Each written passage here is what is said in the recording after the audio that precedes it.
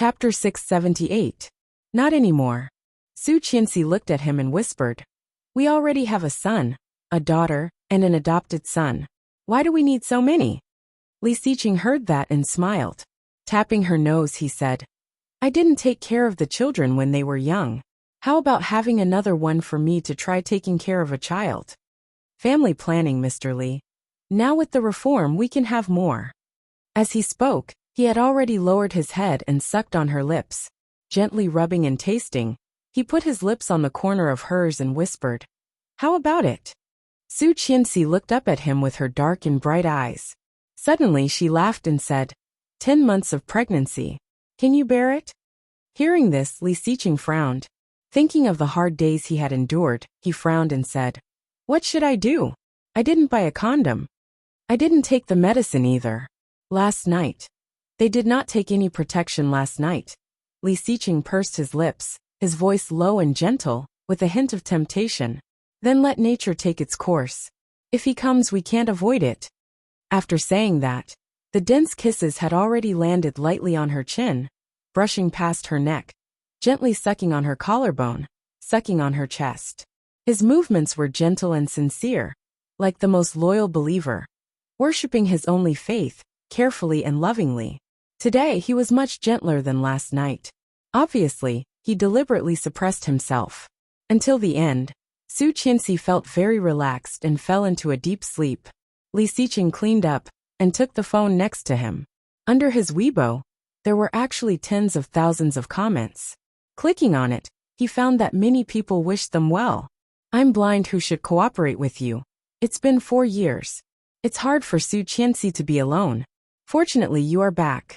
I hope you are happy, love. I'm trying not to beat you. Come back to life. I thought you were dead. You know? All kinds of news are reporting that you are dead. You know? Why don't you go home if you are alive? Hype. Did you lose your memory like what was written in Xiaoyan? Car accident? Or did you save the world like Ultraman? No matter what, be nice to your wife. It's not easy for her. Despise. Invincible Thunderbolt Marshal 888. What? Wedding. Where is it? Can the audience go there? Hey, if you want to go, please like me." There were all kinds of comments, but seeing that no one was scolding her anymore, Li Xiqing felt relieved. Taking Su Qianxi's cell phone, he opened the chat software and immediately saw a WeChat message from Luihan. "Don't pay attention to a lot of words on the internet. We know our own business. I wish you happiness. Second, we will always be good friends." Li Xiqing looked at the message and sneered. Good friends? Did Luihan think that he did not know how he felt about his wife? It was completely Sima Zhao's intention. Daisu now refused to call him dad, mostly because of Luihan. His eyes darkening, Li Xiqing quickly typed on the keyboard and replied. She was so tired that she fell asleep. This is Li Xiqing. Chapter 679. She was so tired that she fell asleep. It was Li Xiqing who replied. There were only a dozen or so words in the reply. It was simple and straightforward. However, Luihan looked at it for a long time, and thought for a long time, before he seemed to understand what the other party wanted to say. His handsome face became more and more gloomy. With a sneer, Luihan's hand holding the phone tighter and tighter. The unwillingness in his heart made him feel a dull pain in his chest.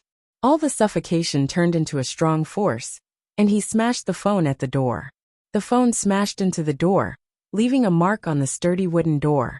The phone fell to the ground and suddenly broke into pieces. Luihan suddenly got up, went to the study, and took out the liquor that he had kept for a long time. White wine, wine, and red wine were all taken out. A glass of white wine was poured down his stomach, and the burning feeling rushed up from his throat. However, the suffocation in his heart did not decrease, but became more and more intense. Not knowing whether it was because of the white wine or something else, Luihan only felt a burning pain in his eyes, and a layer of mist suddenly condensed in front of his eyes. Li Xiqing. After a few more glasses, the drunkenness rushed to his head, making his eyes even more painful and hot. She had already agreed to his proposal. As long as he was given a little more time, he could really take her home and announce that she was Luihan's wife and belonged to him. But why did Li Xiqing have to come back at this time? Why Li Xiqing had been gone for so many years and died for so many years? Wouldn't it be better to just die outside? Why did he come back? Why did he come back to deprive him of the only happiness he had? It would be good to let him be happy for a few more days. The more Lu Han thought about it, the more ridiculous he felt. Leaning on the table, Lu Han held the glass and chuckled. However, the boiling hot liquid had already flowed down unknowingly, burning his heart. It was so fierce, so intense, like a drop of highly concentrated sulfuric acid. When it fell, thick smoke rolled up, blinding his eyes and blurring his vision. Li Xiqing was back, and she was very happy. In the photos on Weibo, the family of 5 was so harmonious. Her smile was so bright, with the radiance of happiness, so beautiful that it was intoxicating. For years ago, when Li Xiqing was still alive, she also smiled like that. Only Li Xiqing could give her a smile like that. Who was Lu Han? Staring at the white wall in front of him for a while, Lu Han's smile widened and he sneered. Idiot! Throwing the glass away, Lu Han pried open the lid of the liquor and poured it directly into his mouth. The strong and choking liquid poured into his nose, causing him to cough loudly and tears to flow down his face. Headache, eye pain, but heart pain. In the end, she couldn't hold it in any longer. She leaned on the table and cried bitterly, just as Luo Zhan said. Since ancient times, no mistress had a good ending.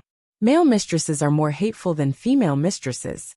He wanted to be that Shimen Qing, but his Qianqian was that Wang Baochuan, the Shueping Gui who had finally arrived after waiting bitterly. From the beginning to the end, he had never truly interfered between them. Countless facts had proved that Lu Han was just a joke. Chapter 680. Ridiculous. The liquor bottle was thrown hard, and the bottle fell to the ground with a loud sound, instantly breaking into pieces. Luo Zhan just took out the key outside and heard the loud sound inside, which made him shiver. Awesome brother word. Luo Zhan silently swallowed his saliva outside. After opening the door, he saw the bodies of the wine bottles, wine glasses, and mobile phones lying on the ground. He clicked his tongue and then stepped in carefully, for fear of being hit by something stupid. Li Xiqing was back. Some people were happy, while others were sad. Lu Han was undoubtedly one of the few people who were sad. Sighing in his heart, Luo Zhan had already expected Lu Han's reaction. He just did not expect Lu Han to be so angry that he smashed things. It shouldn't be. Did Li Xiqing do something to him? With his years of understanding of Li Xiqing, Luo Zhan felt it was very possible. His sympathy for Lu Han was even deeper. Stepping away from the bodies on the ground, he went in and saw Lu Han wearing the clothes he had worn to work today, lying on the table. On the table, there were all kinds of bottles, all of which were the ones that Lu Han had collected in his study. F***CK, after collecting for so long, it's all gone just like that? Luo Zhan finally realized how much pain he was in. Seeing the wine that couldn't even be bought with money being wasted like this, he felt a pang in his heart. He silently picked up a few bottles and placed them on the wine rack in the study. After running around 3 times, he finally finished moving all the bottles. He reached out and touched Lu Han, but Lu Han did not move. Luo Zhan reached out to pull his hair up and found that his face had turned red. Seeming to notice that he was being lifted, Lu Han's eyes opened slightly. His eyes were bloodshot, and he looked a little scary. Luo Zhan was shocked and suddenly felt sorry for him. Hey, since ancient times, too much love leads to regret. Luo Zhan helped him up and shouted, Hey, get up and go back to the room to sleep. Lu Han's eyes were overflowing with transparent liquid, and he held Luo Zhan's hand tightly with great strength. Luo Zhan was shocked and was about to say something when he heard him shout, Qianqian. Luo Zhan was dazed, but immediately felt annoyed and roared, Qianqian my ass. I am your Uncle Luo. Qianqian why? Lu Han not only did not let go, but also reached out to hug him, buried her face in his waist, and burst into tears. Luo Zhan wanted to push him away, but after hearing his words he couldn't bear it. Why? What's wrong with me? Why can't you see me? He's already dead. Why aren't you willing to accept me? If we got married earlier, he wouldn't have a chance. Qianqian. How tragic, he died a horrible death. Although Louis Han was also a computer nerd, he was very stubborn. Self-respecting, self-reliant, high EQ, high IQ, and extremely patient and persistent in dealing with people and matters. At such a young age, Qianlu had already enjoyed a certain level of fame in the country. But why did she fall in love with a married woman? Well, she wasn't married when he fell in love with her. But after so many years, why didn't he give up? Chapter 681. Yes, things like love were always hard to predict. Although Louis Han had known Su Qianxi for a long time, his pride was too strong. Because of his family's poor condition, he wanted to start a career first, and then start a family. So he did not dare to confess his feelings to Su Qianxi. However, when he succeeded in his career, things had changed, and he was destined to be just a good friend with her. Hey, I sympathize with you. Luo Zhan patted him on the shoulder. Go back to sleep. Don't get drunk. Louis Han did not let go, holding his waist, breathing a little fast. Luo Zhan felt that he was so unlucky.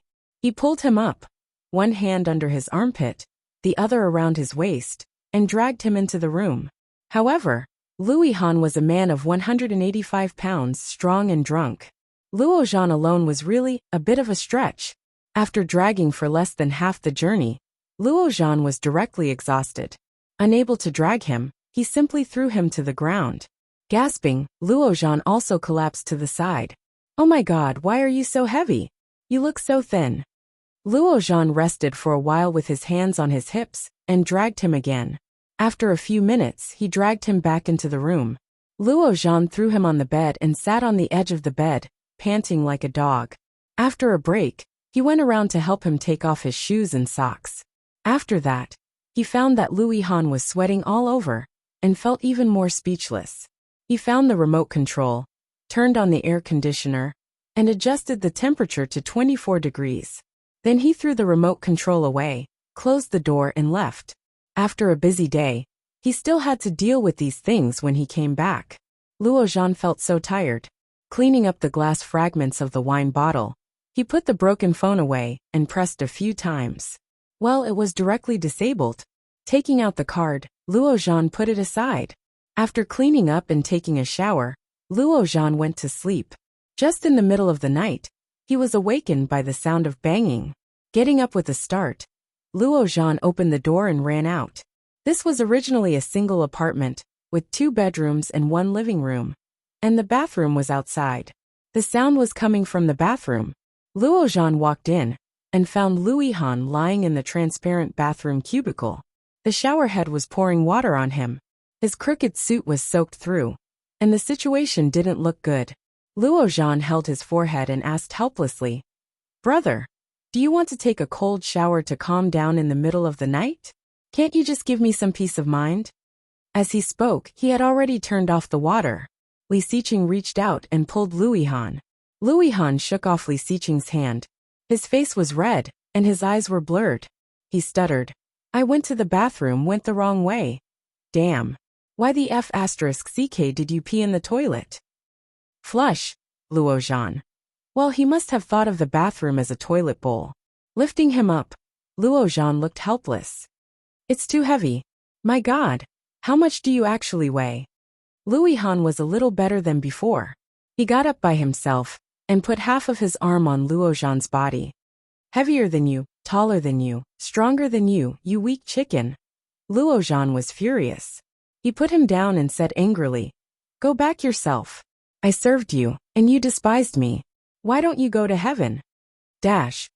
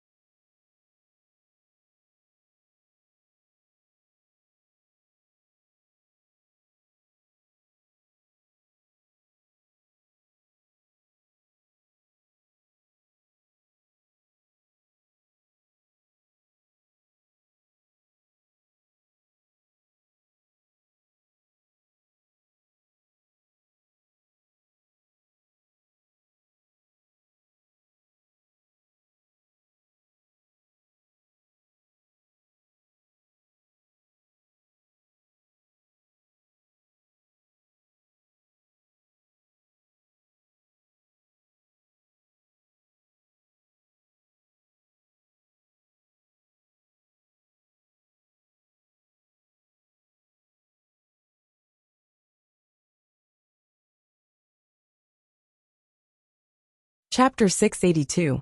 Louis Han laughed, reached out, and grabbed Luo Zhan's pants. Luo Zhan was wearing pajama pants, which were big and elastic, and they were pulled down by Louis Han. "What are you doing? Are you a hooligan?" Luo Zhan kicked his hand angrily, quickly pulled his pants back and shouted, "Do you know who I am?" "Luo Zhan," Louis Han said honestly. His cheeks were red, and his eyes were blurred. "No, I am your Uncle Luo." Luo Zhan looked like he was not worth teaching, and reached out to pull him up. "Let's go back to the room." Louis Han obediently got up, and as he walked, he reached out to unbutton his clothes. But his eyes were blurred, and after a long time, he couldn't even unbutton one. He stumbled and his body swayed. Luo Zhan opened the door of his room, and Louis Han lowered his head to unbutton his clothes, and unexpectedly hit the door. Bang! It was a huge sound. Luo Zhan had a headache. Turning around, he saw Louis Han covering his face and giggling. Turning around, he pulled his hand down, and then saw that Louis Han's hand was full of blood, and near his nose and mouth, there was red blood. Damn! So hard. Ha ha ha ha ha. What the hell? Ha ha ha. Luo Zhan laughed mercilessly, almost going crazy. Louis Han's nose was bleeding, and seeing him laughing like this, he was not happy. He reached out and pushed him a little unhappy. "What are you laughing at?" Ha ha ha ha ha. Louis Han silently touched his nose, and reached out to touch Luo Zhan's body. Luo Zhan very cleverly avoided a step back, and with a provocative look he said, "Can't touch." But then, Louis Han slammed the door in, and Luo Zhan only saw the light dim. And then, there was a sharp pain in his crotch. Luo Zhan wailed, and tears burst out. Vaguely, he seemed to hear the sound of eggs breaking. He bent over, covered his penis, and curled up on the ground in pain, unable to say a word. Louis Han did not expect that his retaliatory action would cause such a result. Shocked, he stumbled forward. Louis Han saw him like that, and knew that the situation was not good. He asked, "Is it very painful?" "What do you think?" Luo Zhan covered his crotch with tears in his eyes. "I'm still a virgin. Why are you doing this to me?" "Let me see." Louis Han felt a little guilty. As he spoke, he reached out to take off his pants. Luo Zhan was horrified. He covered his crotch tightly, and shook his head desperately. Although Louis Han was drunk, he still had some consciousness. At the same time, she was also quite strong. She forcefully pried his hands open, and then without saying a word, she pulled down his pants. Luo Zhan felt as if he had been struck by lightning. He quickly got up and crawled outside. Louis Han was confused, but he didn't see anything. How could he let him run away? He stretched out his long hand and dragged Luo Zhan's ankle.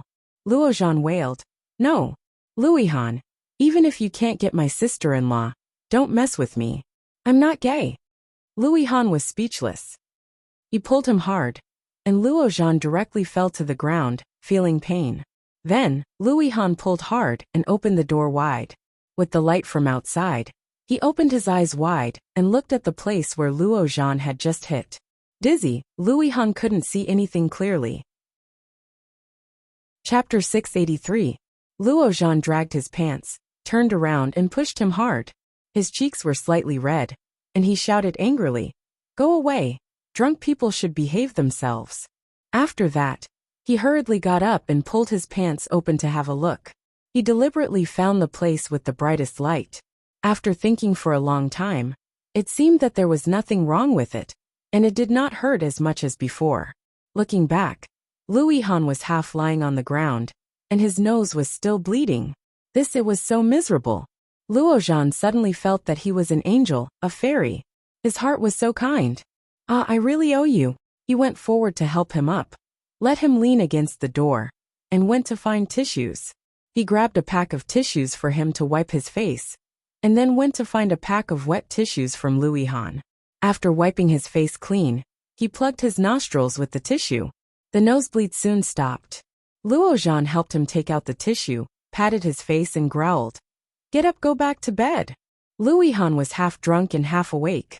When he heard this, he wanted to get up, but his body was not strong enough. Before he could sit up straight, he fell back down again. Luo Zhan hurriedly held him and dragged him toward the inside. But Louis Han's body had been soaked by water, and he was soaked. With a heavy sigh, Luo Zhan reached out to unbutton him, took off his suit shirt, and then touched his pants. Oh my god, he was soaked. Unbuckling his belt, Luo Zhan unbuttoned his pants, and the straight and handsome pants were pulled down. Luo Zhan suddenly felt relaxed. Humph. Make me delicious food tomorrow, and I will fry you up. Damn. I am so tired. Luo Zhan lifted his hands, carried him on his back, and quickly threw him on the bed. Only a few steps away from the bed, Luo Zhan lay on top of him, deliberately pressed his body and snorted. Good, make me delicious food tomorrow. Do you hear me?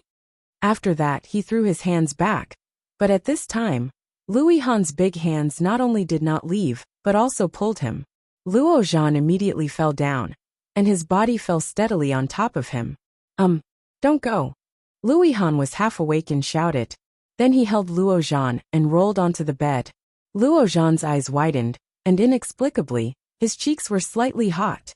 But in the next second, as if struck by lightning, he struggled madly and shouted, Hey, don't mess around, young man. How many times have I told you? I'm not gay, I'm not gay, I'm not gay. After pushing Luo Han away, Luo Zhan climbed up and felt that his face was burning. What the hell? Damn it, he's crazy. Luo Zhan was so angry that he stomped his feet. He turned around and kicked Luo Han's butt, which was only in his underwear. Pervert. Damn drunkard. Holy shit. After 4 or 5 kicks, Luo Zhan withdrew his foot, and Luo Han was kicked awake. He turned around and looked at Luo Zhan. His cheeks were red, and his eyes were also red. He was looking at him blankly, and had no idea what had happened. Luo Zhan felt guilty when he looked at him like that. He turned around, stomped his feet, and left, slamming the door, making a loud noise. Chapter 684. Luo Zhan went back to the room, fell on the bed, and looked up at the ceiling. It was already dawn, but Luo Zhan couldn't fall asleep. Thinking of the inexplicable feeling just now, Luo Zhan found a very, very serious problem. Could it be that he had already? The night was as dark as ink, and it was drizzling. This was a small affiliated village far away from downtown Kingstown. There were small old houses everywhere. In the village, there was a small restaurant in the east. Just a dozen meters away from the restaurant, there was a smelly and dark alley. There were a few tall garbage cans in it, and stray cats, stray dogs, and cat-sized mice were running around. A tall, slender figure was wrapped in tattered, dark-colored clothes. The clothes did not cover her body, revealing her deep cleavage. At the same time, there were also 2 long, white, and sexy thighs. However, her hair was messy like a bird's nest, forming a sharp contrast with her unusually fair and delicate skin. At this moment, she was squatting next to a garbage bag, turning over the fresh leftovers that the restaurant had just thrown out. It was already late at night, and the surroundings were dark. There were not many cameras on the roads in the village, and not many people would choose to go out at this time. After the restaurant owner closed the door, he looked around. After making sure that there was no one, he rubbed his hands covetously and walked into the alley. He had been paying attention to this woman for a long time. Her figure looked particularly good, and her skin was very good, but she looked a little crazy. It was estimated that she was the silly daughter of a rich man who got lost and wandered by herself. He didn't expect that he could find such a loophole. Rubbing his hands and walking in, the restaurant owner quickly found the woman he had been coveting for several days. He walked over and whispered, "Miss?" The person who was called turned back, and a pair of eyes looked particularly beautiful under the streetlight. The boss felt even more excited, and his eyes flashed with obvious covetousness. He said, "Do you need help? I see that you have been here for several days. Why don't I take you to a place to wash?" The woman did not speak. The boss tentatively reached out, gently put his hand on her hand and pulled. The woman did not resist, and the boss was even happier. He whispered, "Where do you live? Do you want me to contact your family?" The woman shook her head as if she was extremely frightened. The boss was even more certain that this woman must be a fool. He joyfully pulled her up and tentatively pushed aside her messy hair that looked like a bird's nest. With the help of the street lights, the boss could clearly see her thighs, her big breasts, and all kinds of beautiful female symbols. He was drooling. Finally, his gaze landed on her face. The boss used his fingers to push her hair aside, and suddenly his heart skipped a beat. The boss screamed and took a step back. In the next second, he tripped over a trash bag on the ground and fell on his butt. The boss was filled with fear. He looked at the woman in front of him and turned pale with fright. Under the woman's disheveled hair, there was a huge fire scar on her face. She looked ferocious and terrifying, so ugly that people couldn't help but run away. Chapter 685. Hee hee. The woman chuckled and walked towards the boss. Her long legs were full and smooth like jade, and her voice was as beautiful as a bell. However, her face had become a nightmarish existence. The restaurant owner screamed in horror and stepped back. He wanted to get up, but the woman had already pounced on him and pulled him over. Rumble. The muffled sound of thunder was suppressed, as if it was ringing in his ears. Didn't you want to have sex with me? Why are you running now? I can do it. I am very clean. The voice was soft, and the woman's little hand had already touched the restaurant owner's face. The woman's voice was very soft and charming. It was not hard to imagine that before her face was disfigured, she must have been a great beauty. Lightning flashed. Combined with the streetlights, the restaurant owner clearly saw her whole face. He was shocked and lost his voice. Aren't you Tang something? Tang Minjing laughed. You have a good memory. The stench of a homeless man made the restaurant owner nauseous. However, Tang Minjing had clearly noticed his intention. With a pair of murderous eyes, Tang Minjing pressed his head hard and stabbed the dagger hidden in her hand into his throat. As soon as the dagger went in, the bright red blood splashed. Because of the pain, the restaurant owner's pupils suddenly enlarged. He twisted and struggled crazily, his hands and feet twitching, trying to catch her, but soon she dodged. Tang Minjing stepped down and sank the dagger deeper into his throat. The restaurant owner twitched a few times, and then there was no more movement. His eyes were wide open, looking up at the dark sky covered with dark clouds. The fresh and bright look in his eyes became empty inch by inch. Tang Minjing loved this process. Holding his head up, she gently kissed his forehead and whispered, "Rest in peace." As soon as she finished speaking, she reached into his pocket. There was a wallet, a bunch of keys, and a pile of bills and receipts. Squeezing her fingers into the neck, Tang Minjing pulled out the dagger. Bright red blood spurted out and splashed on her body. The dagger was full of bright red blood. Tang Minjing wiped it on his body and put it away. Standing up, Tang Minjing dragged him by his legs and hid him behind a pile of trash cans inside the store. After dealing with everything, he leisurely walked out, opened the restaurant door with his key, locked it from the inside, and swaggered into the lounge of the restaurant. There were a few sets of middle-aged men's clothes, and they were very big. After taking a hot shower, Tang Minjing carefully washed her knotted hair and blew it dry before putting on the middle-aged man's clothes. White shirt and black trousers, very big. Fortunately, she had a belt. After fastening it, Tang Minjing went to the cashier and put all the money into her pocket. There were more than 2,000 in total, enough for her to get back to Kingstown. Then it was time to find out. She put on a mask and went to the kitchen to find a chef's hat. Holding the umbrella, she went to the back of the alley, found her high heels, and left with the umbrella. The rain was getting heavier. The blood on the ground had already been washed away, leaving no trace behind. The figure went farther and farther. In the middle of the night in this small village, no one noticed anything wrong. In the boundless darkness, under the pitter-patter of the heavy rain, a voice quietly rippled out. Li Siqing, I'm back. Chapter 686. Early in the morning, about 5 o'clock, the baby began to cry. Chengyu was in a daze and called, Rong Rui. Yeah. Rong Rui's voice sounded. Chengyu noticed that he quickly got up and went to the small crib next to her to pick up the baby. Chengyu heard that the baby was crying less and fell asleep holding the quilt. When she woke up again, it was already dawn. Chengyu rubbed her short hair and looked around.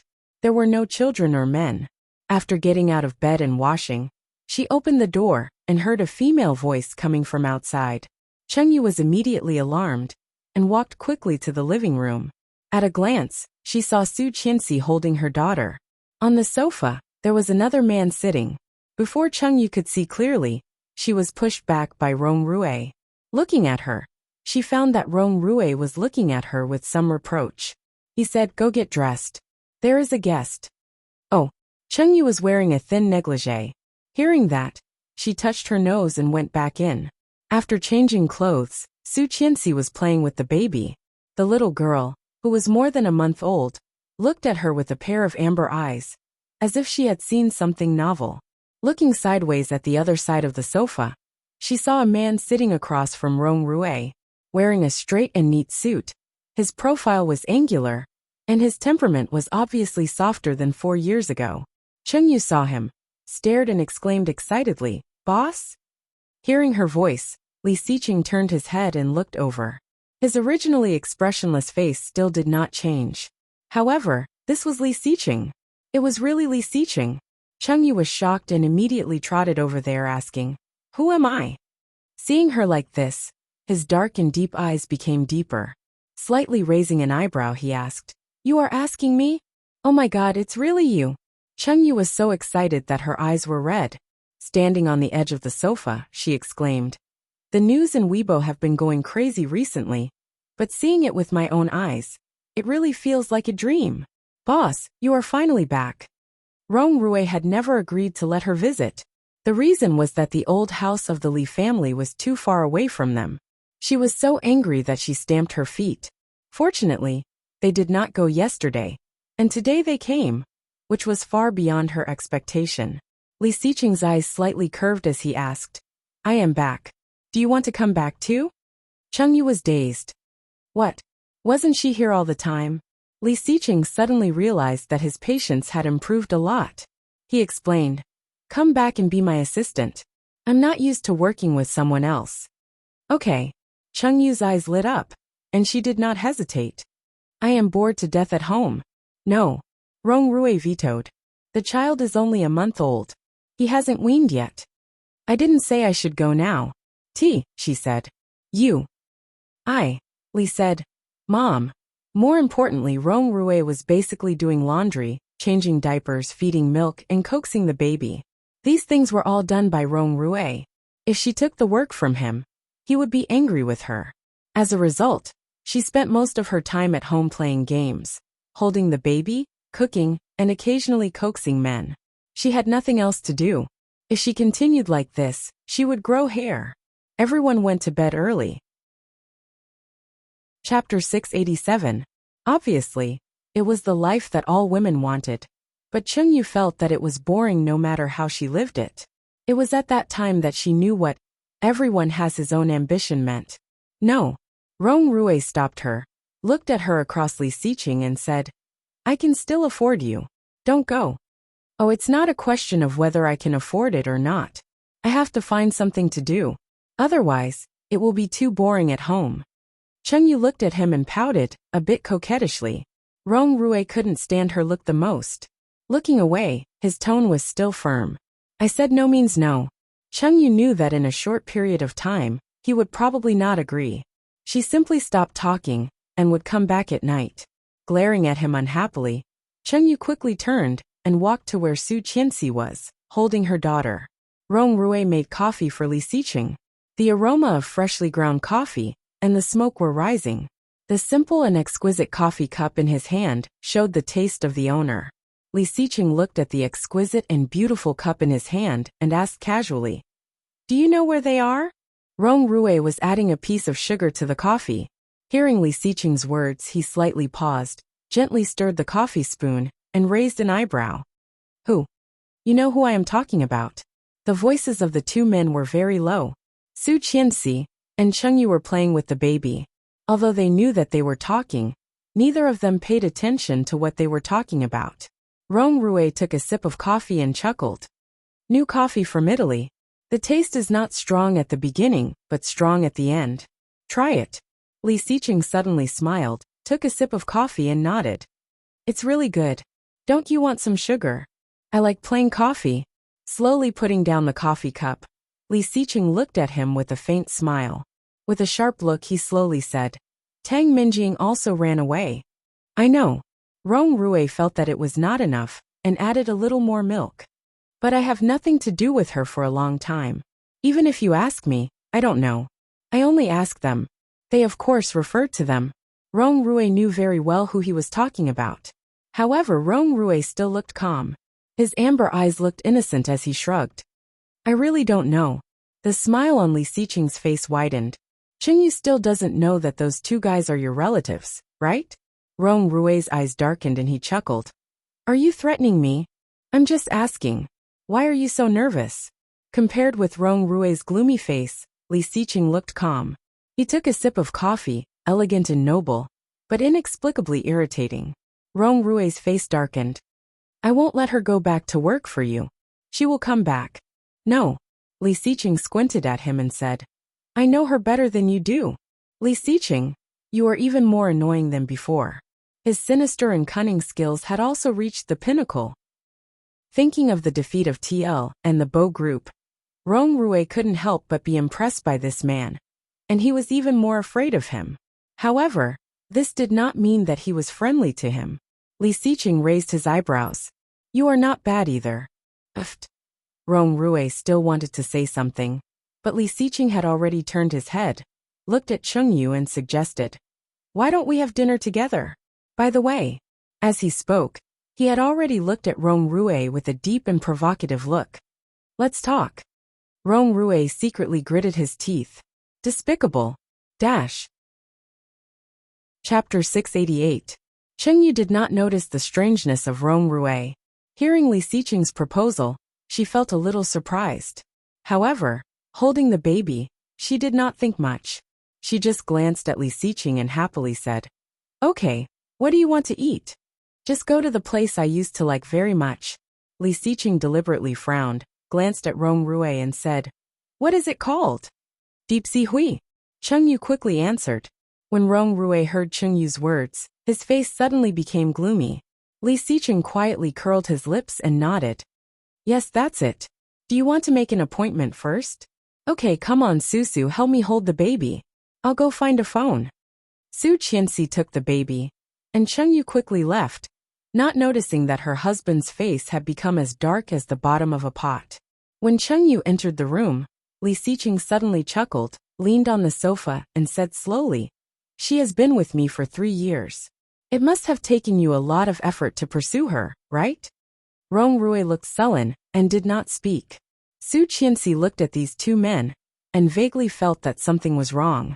Just looking at the atmosphere between the two of them, she knew it was not very harmonious, but she did not know what had happened. Li Xiqing met her gaze, looked calm and indifferent, stood up, tidied up his clothes and walked out of the sofa. Let's go. Chengyu has already finished the phone call. Okay. Su Qianxi also had a deep understanding of Chengyu's efficiency, but such words fell into Rong Rui's ears, which was not very comfortable. Chengyu had a crush on Li Xiqing, which he knew very well, and she did not hide her admiration and worship for Li Xiqing. Rong Rui had no doubt that if Li Xiqing insisted, or a little provocation, Chengyu would definitely change sides. It was just a matter of time. Despicable. Sure enough, just a few minutes after Li Xiqing's voice fell, Chengyu had already come out with her bag and a mother's backpack. Directly throwing the mother's backpack to Rong Rui, she went to the utility room and pushed out a stroller. After wrapping the baby in, she said, Let's go, I have already booked a seat. But when she turned her head, she found that Rong Rui's face became even more gloomy. She looked inexplicably and asked, What's wrong? I'm fine. Rong Rui's face gradually returned to normal, but he still looked pale. He shook his head and said slowly, Let's go. Today Li Xiqing was driving his old modified sports car, which could not fit the stroller at all. After Chengyu took the car from the garage, the 4 adults and 1 child went to the restaurant where Chengyu had booked a seat. Neither of the 2 women had a big appetite, and Chengyu and Su Qianxi quickly talked about their mothers. Li Xiqing looked indifferent, eating slowly. Compared with Rong Rui, who looked tense, he was obviously much calmer. Chengyu, he suddenly called. She held the baby and looked up. Ha, you know Rong Rui's family? Li Xiqing. Rong Rui interrupted him with a gloomy face. Shall we go to your company later? Li Xiqing raised an eyebrow and smiled. Sure. Chapter 689. Our company. Chengyu had not removed her role from being the senior assistant of the Li family. After all, she had been there for 7 years. It was normal for her to have deep feelings for the Li family. However, it made Rong Rue even more upset. It was like his wife's heart was on another man's side, which was absolutely not a good feeling. He just cares about you and wants to make sure you are safe, right? Li Xiqing's voice was calm, and he took a sip of tea. Rong Rue chuckled and said, yes. Both Chengyu and Su Qianxi felt that these two people were a bit weird, and looked at them strangely. The two looked at each other, and saw confusion in each other's eyes. After dinner, Rong Rue drove the two women to the entrance of a large shopping mall of the Li Group, and sent them shopping. Then he drove away. Chengyu and Su Qianxi pushed the stroller into the mall, and bought a lot of things. Just when they were sitting in a dessert shop, Su Qianxi saw a familiar face. A young man, fair and clean, with a thin face and pimples on his cheeks, wearing a pair of gold-rimmed glasses, was sitting and chatting with a woman. The more Su Qianxi looked at the man, the more familiar she felt. Chengyu noticed where she was looking and said, do you know him? This person seems to be a relative of Tang Minjing's family. His surname is Lu. This person should be a doctor. Don't you have a classmate named Lu Ainen? She is this person's sister. Doctor? Lu. Su Qianxi immediately remembered and said, Lu Quan. Yes, that's him. Why? This person framed me. He lied to me, saying that I had AIDS, which scared me so much that I almost divorced Li Xiqing. Su Qianxi later thought about getting even with him, but after all kinds of things, she had forgotten about it over time. At this moment, seeing this Lu Quan, Su Qianxi could no longer hold back the violence that she had suppressed for a long time. Damn, no way? So unethical? Chengyu found it hard to believe. I heard that this guy got in, because of his connections. Later, the Tang family lost, which seemed to have some impact, but now it seems that the impact is not big. Lu Quan was talking to the girl in front of him. He couldn't hear what they were saying, but from afar, he could tell that the girl was overjoyed. She couldn't stand it anymore. Wait a minute. With that, he got up and left. What do you want? No response. After about 10 minutes, she came back and sat in front of Chengyu. Where did you go? She'll watch the show. She took a sip of her drink and curled her lips. Not long after, a girl with exquisite makeup and a pair of sunglasses walked in aggressively. He walked up to Lu Quan, gasping for breath. Lu Quan and the girl opposite him were shocked.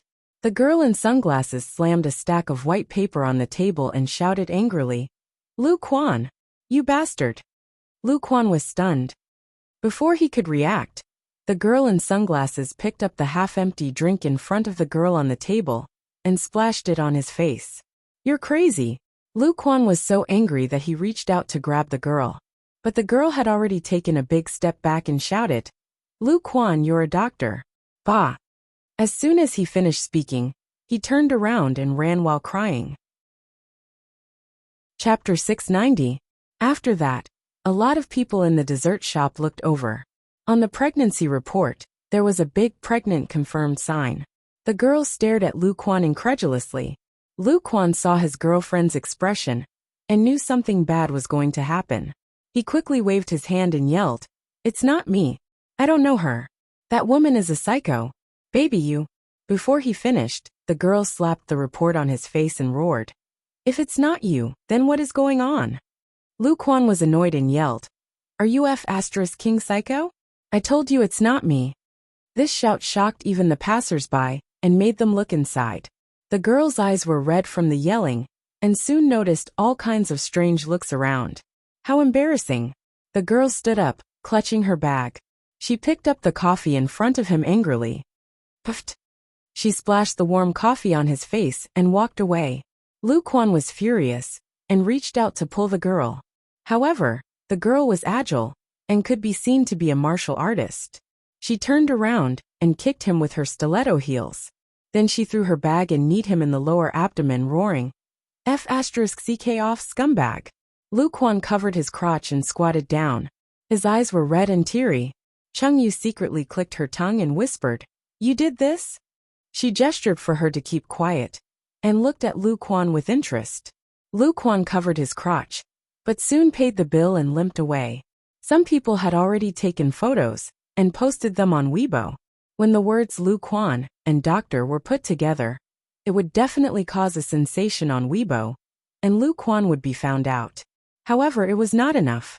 She picked up her phone and clicked on Luo Zhan's profile picture. She sent a message. Lu Quan, a doctor of infectious diseases, the son of the Lu family related to the Tang family. His sister Lu Anan. Help me dig out all kinds of evidence about this family and this Lu Quan. I want to screw him up. Luo Zhan sent a horrified emoji and then a smirk. Z. You are in a good mood recently. Qian Sisu, no problem. Z. How did this person offend you? Qian Sisu, unscrupulous doctor with bad medical ethics. He lied to me and said I had AIDS. Although it was 4 years ago, I am still angry. Z. Damn, of course. Leave it to me. Qian Sisu, ask my husband to give you a raise of salary. Z. Sister-in-law, I love you. Seeing Luo Zhan's message, Su Qianxi smiled and typed, screenshot. That's not fair. You can't cheat me like this. She couldn't help laughing. She took a screenshot and sent it to him. When Li Xiqing received the news, he was in a nearby cafe. In the comfortable and elegant private room, there were only the two of them. Seeing her message, Li Xiqing glanced at it. His eyes softened slightly, and he put it aside without replying. Looking at Rong Rui, he asked slowly, Really? Of course. But you have to be careful. Tang Menjing has lost her mind. She has been seeing a psychiatrist all these years, and her face is ruined. As long as she is not dead, she will come back to you. Take care of your wife and children. Bring bodyguards. Dash. Chapter 691. You don't have to worry about that. Li Xiqing stood up and looked down at him with a faint smile. Let's go. My wife is waiting for me to pick her up. Rong Rui also stood up and glanced at him contemptuously. Not only is my wife waiting, but I am also waiting. Oh, Li Xiqing nodded. My children are waiting at home. After a pause he added twins. Rong Rui pursed his lips in disdain and walked out first. Li Xiqing said leisurely behind him. And an older son. Childish. Rong Rui was disdainful. What's there to compare? However, although he said so, he felt itchy in his heart. Li Xiqing had 3 children, and he only had 1. Why? No, he had to make a few more. He could not lose at the starting line. Rong Rui made up his mind and walked out. Li Xiqing raised an eyebrow and felt inexplicably happy. Childish? It felt so good, okay? Rong Rui took the car at the entrance of the cafe, picked up his wife, children, and Su Qianxi, and finally went to the driver's seat. Unknowingly, he noticed that there were different gazes around him. Rong Rui had no other advantages, but he was very alert. Someone was following them. Looking around, Rong Rui whispered to Li Xiqing, who was not far away. Someone is watching us. Do you feel it? Hearing that, Li Xiqing just glanced at him leisurely, then opened the door of the passenger seat and calmly sat in. It seemed that he had known this scene for a long time. Rong Rui felt a bit incredulous. How could Li Xiqing be so calm? Frowning, he suddenly thought of what Li Xiqing had just said. You don't have to worry about that. So that was it. Rong Rui suddenly felt that he was still too naive and did not know this person well. Also, with this man's temperament, how could he not bring someone out in this situation? Chuckling, Rong Rui sat in the driver's seat and looked at Li Xiqing with an extra layer of brilliance that Cheng Yu and Su Qianxi could not understand. After the rain, the air in Kingstown was mixed with the fragrance of soil and grass. More than 100 meters in front of the old house of the Li family, there was a small lake. Next to the small lake, there were tall trees, evergreen all year round. The small flowers and grass were fresh and beautiful. Today, there were 3 drawing boards and 3 small stools by the lake. There were 3 little fellows sitting on the small stools. At this moment, they were all sitting there methodically, holding crayons and drawing on the drawing board. 3 bodyguards stood around them, quiet and straight. The tutor was patrolling the surroundings while they were drawing. When she saw the mixed colors that Li Jianhua had drawn, she squatted down and asked, Ursu, tell me, what are you drawing? She pointed to a green line at the bottom of the white paper and said, This is the grass. She pointed to the blue lump in the middle. This is the lake. There was a dark green lump next to it and a brown one. This is the small tree. I haven't finished drawing the rest. I'll show you when I'm done. The tutor was amused and touched the little guy's head. You're amazing. Li Jianyue's little face was raised, and she looked a little proud. Then she turned her head to look at Li Jianqian beside her and shouted, Brother, look at my painting. Chapter 692. It was very simple, but it was many times better than Li Jianrui's. Li Jianqian glanced at his sister's painting and cast a contemptuous look. It's ugly. Yours is ugly. Li Jianrui was unhappy and turned to look at the other side. Brother Mosen, do you think my painting is good? Li Mosen was painting the lake. When he heard Li Jianrui's words, he turned his head and looked at it carefully. He nodded. Yes. Li Jianrui was immediately happy. She smiled and walked down from the stool with her little skirt. Her chubby little hand reached out and hugged Li Mosen's little head. She kissed him and said in a sweet voice, Brother Mosen is so nice. Little Mosen's white and tender skin suddenly showed a faint pink on his cheeks. Li Jianrui did not realize what kind of reaction her actions had brought to Li Mosen. She smiled and returned to the stool and sat down again. She took the crayon and began to draw. The tutor and the bodyguards laughed and looked at Li Mosen with ridicule in their eyes. Although Li Mosen was young, he was already very sensible. When he met their eyes, his little face became redder. But he still pretended not to see it. He held a pink crayon and drew carefully on the edge of the small lake. The tutor found that he was drawing this little pink thing more seriously than when he was drawing other things. After looking at it, the tutor found that he wanted to draw a person with his lines. A little pink person? This little guy is drawing Li Ersu? The tutor didn't say anything. He looked at it silently with a smile on his face. It was harmonious and peaceful on the edge of the small lake. No one noticed that on the other side of the small lake, a woman was looking at this side with a telescope. A pair of eyes, after looking around, fell on the little boy on the far left. Dark brown hair, white skin different from other Asians, a pair of blue eyes, staring at the front, looking very pink and jade, with an extremely serious expression. She actually adopted this child. That's easy. Haha.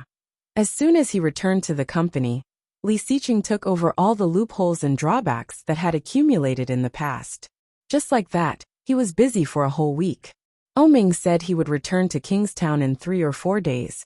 But a whole week had passed, and Li Xiqing had not seen him. He called twice to ask, and Oming said, Yes. But what could possibly happen? Even Oming didn't know what was going on.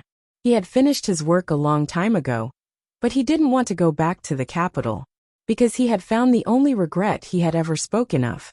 3 days ago, after signing the last contract, he had lunch with his partner and was ready to catch the afternoon flight back to Kingstown. For 4 whole years, Oming hadn't seen his good brother again.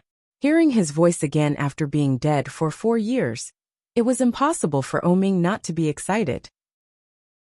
That was why the journey to the airport was so hurried. However, extreme joy begets sorrow. The driver, who was almost sent flying by his urging, accidentally hit someone when he turned a corner. The driver turned pale with fright.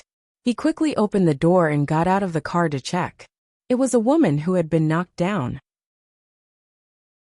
Chapter 693. The driver immediately went up and asked anxiously, Miss, are you okay? The thing that was in the woman's hands had fallen to the ground. It was a laptop. It was the latest model of an internationally famous computer brand, worth more than 100,000 yuan. The woman's body was dirty, but she didn't have time to check herself at the moment. She quickly climbed to the computer. The body of the computer had a metal shell. At the moment, the body had been deformed. When it was opened, the screen inside had been broken. It looked very embarrassing. When the woman in the beige business suit saw the computer, her eyes were red and her voice was choked. Computer, my computer, 120,000 yuan. What should I do now? It's not mine. The voice was urgent and fast. It penetrated the car window and fell directly into Oming's ears. His face, which was originally gloomy because of the delay, suddenly changed. He hadn't heard this voice for 4 years. Was it an illusion? Oming's body was tense, but for a moment he forgot to react. In front, the driver glanced at the woman's body. There was not much damage, so he breathed a sigh of relief.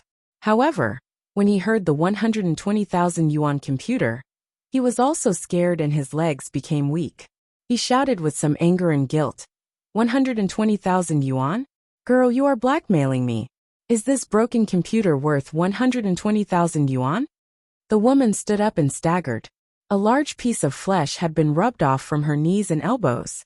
There was even sand deeply embedded in them, and the blood was not flowing. At first glance, it could be seen how hot it was. The woman was so angry that she picked up the computer and threw it at the driver. What do you mean? You hit me and you don't want to pay? You hit my computer, and you have to pay for it. I am in a hurry to use it now. Give me the same one now. Hearing this voice again, Oming was pulled back to reality. It's her, it's really her. Oming's heart suddenly beat faster. He opened the door and stepped out. The driver was still a little guilty, but when he heard the woman's tone, he immediately became angry and said, "You are a liar. You deliberately got hit here, and then blackmailed me with a computer. Even those old men and women are not as ruthless as you." Lily still wanted to say something, but when she saw the tall man coming out of the car, her face suddenly changed. Even when she was hit by the car, her face was not so ugly. It's him. It's him. Lily subconsciously took a step back. Her heart felt like it was being pulled by a string. In an instant, it almost broke through her skin and burst out of her chest. For the past 4 years, the memories that he had deliberately tried not to recall suddenly poured out of his nest. Every image, every scene, outlined the 2 words that were deeply embedded in her soul. Oming, Oming. Lily looked at him in shock and wanted to escape. But computers. That computer was a new one that her boss had just received. It had just been sent for testing and brought back. It was just a distance of a road away. Even if you beat her to death, she would never have imagined that a computer that was worth more than $100,000 would be wasted on such a short journey. What was worse was that she couldn't afford it at all. Chapter 694. When she said this, she did not dare to look in Oming's direction at all. Lily was panicking, but she pretended to be calm and shouted, "And the medical expenses? You must compensate me for the mental damage and the wages I lost when I was injured. Didn't you see the green light? Are you blind?" Lily was not polite. She reached out and asked for the money, which was equivalent to asking for the driver's life. Of course, he recognized the brand and the model. The lowest standard cost tens of thousands. For an ordinary working-class person, this number was equivalent to an astronomical figure. How could he afford to pay for it? Helplessly, he looked back at the car. Only then did he find that the distinguished person in the car had come down and was quietly watching everything that was happening in front of him. Oming stood behind the driver, with a pair of peach blossom eyes with a sharp edge, sweeping over her bloody hands and feet. The original white and tender skin was deeply embedded in the sand at the moment. The skin was obviously badly abraded, and at the same time, it was like the same wound was rubbed on his heart. Unconsciously, he had already felt the same. Obviously, he had decided to forget this woman. As early as 4 years ago, when she plotted to kill his children, he should have completely cut off the relationship with this woman. In the past 4 years, Oming had deliberately refrained from checking her news, as if she had disappeared from the world. But he did not expect that she would be in the capital. Moreover, she was so close to him. It turned out that she had been nearby these days. It turned out that they had been so close these days. Thinking of this, Oming immediately had an indescribable feeling in his heart. Master, oh this. The driver was speechless and looked confused. I will send this lady to the hospital. You send the computer for inspection. After verification, find the company finance, and I will pay for it. After 4 years, Oming's voice was a little more mature than before. At the moment, his voice seemed a little cold. Compared with before, he was a little less charming and a little less sloppy. After 4 years, Oming was not the same as before. When Lily heard his voice, her eyes were hot, but she quickly reacted and roared. What inspection? You can pay for it. I will go to the hospital myself. Master O the plane. Oming looked at her indifferently. He looked at the driver and said slowly, Didn't you hear me? The driver trembled and nodded. He hurriedly picked up the broken computer. Yu Lily's expression changed. Wait. But Oming was the driver's boss. After hearing Oming's words, he didn't care about Yu Lily at all. He took the computer and ran away. Yu Lily's hands and feet hurt so badly that she stopped after a few steps. There were cars behind him, and all kinds of horns were honking. Oming acted as if he hadn't heard her. He stepped forward and couldn't help but put his hand on the part of her hand that wasn't injured. Without saying a word, he pulled her to the car.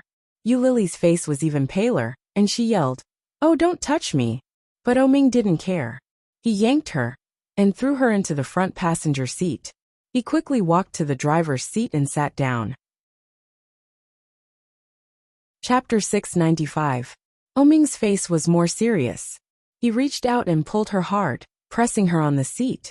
He closed the door, and without waiting for her to fasten the seat belt, he started the car and rushed forward. Yu Lily was caught off guard. She leaned forward and screamed with her hands on the airbag in front of her. She was still in shock. She turned her head angrily and roared with red eyes. Oming! In Oming's beautiful peach blossom eyes, there was an indescribable light. His heart, which had been empty for 4 years, was suddenly filled. The long-lost sense of fulfillment actually filled him up. Of course, the pleasure of revenge also continuously washed over him. Looking at what she was wearing, it was also very different from her previous style. There was no makeup on her face, her long hair was a little messy, her skin was a little dark yellow, and there were faint dark circles under her eyes. Her skin looked much worse than before. The style of the fabric was ugly, old and rustic, and the quality was very poor. Plus this pair of shoes, a set of clothes, would it cost 500 yuan? Or even lower? A 120,000 yuan computer was not as expensive as a bag he bought for her before. Seeing her so scared and anxious expression, Oming's heart flashed faintly. Seeing her so miserable, he was relieved. Look, even without her, he was still as carefree and unrestrained as ever, wandering among the flowers. Who can't live without him? It was just that she, Yu Lily, was once again beaten back to her original state of being the treasure in his hands.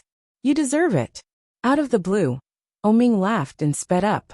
Yu Lily was a little scared by his laughter, and she was even more afraid. She pulled the seat belt over and buckled it, panting in shock. She knew him too well. Absolutely can't fall into his hands. Yu Lily's heart was beating very fast. She gritted her teeth, and her eyes were firm. The car stopped at the gate of the hospital. Yu Lily immediately opened the door and jumped out, running toward the back. Just then an empty taxi came over. Yu Lily was like grabbing a life-saving straw, reaching out and waving. But when the car just stopped, Yu Lily was lifted up by a big hand. Oming didn't say anything. He grabbed her with great strength, and didn't show any tenderness. No, Oming. Yu Lily was afraid. She knew him so well. Oming was angry, very angry. However, compared to when he was angry in the past, he was more ruthless, more cold and more frightening. Yu Lily squatted down, trying to use her weight to slow his footsteps and struggle free. Oming sensed her intentions and sneered. He simply bent over and carried her in his arms. My driver hit you. I should compensate you for your medical expenses. Miss Yu, please be quiet. Miss Yu. Those 3 cold words made Yu Lily feel a dull pain in her heart. Since they first met 7 years ago, Oming had either called her Yu Lily or Yu Lily. These 3 unfamiliar words coming out of his mouth made her feel even worse than if he had directly scolded her. She was wrong. One mistake for 4 years. But it was too late. She knew that he hated her. He hated that she had killed his child, hated that she had trampled on his heart. The blood on Yu Lily's body rubbed against Oming's, and the wound was burning. Then you can give me the money, and I will see it myself. How can you do that? Oming chuckled. What if you blackmail me? Don't forget that you have a criminal record, Miss Yu. Busy as a dog.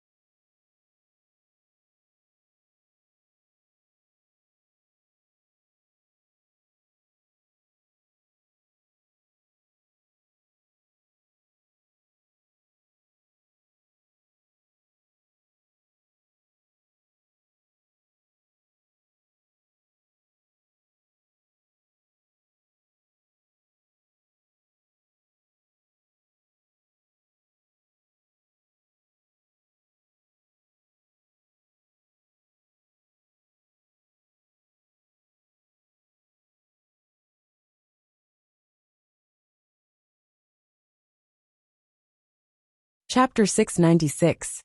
Lily felt even more humiliated. She stared at him and roared. Why don't you just give me a few thousand yuan? You are such a big group. Are you afraid of being blackmailed?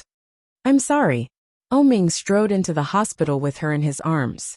He looked into the distance with a pair of beautiful peach eyes and said coldly, It's not easy to make money. I don't trust you. Lily was speechless. She was so angry that her chest hurt. Someone in the hospital recognized Ming and immediately opened the door for him. Ming was invited into the emergency room. He threw Lily on the bed. There was not the slightest bit of love or gentleness. Lily fell on the bed and hit the wound. She sobbed with tears in her eyes. Seeing this, Ming was expressionless.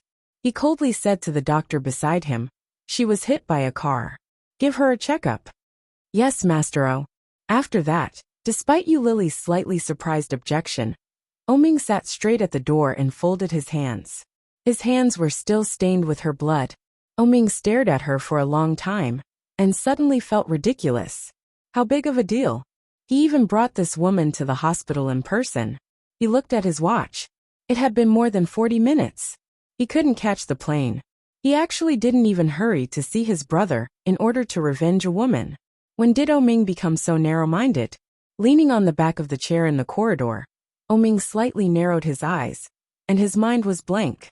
Even he didn't know what he was doing. Fool! What was the difference between this Ming and the one 4 years ago? After the wound was treated and various examinations were done, Lily came out after it was confirmed that there was no big problem. But when she came out, Ming was gone. She asked the nurse on duty and found that Ming had already left.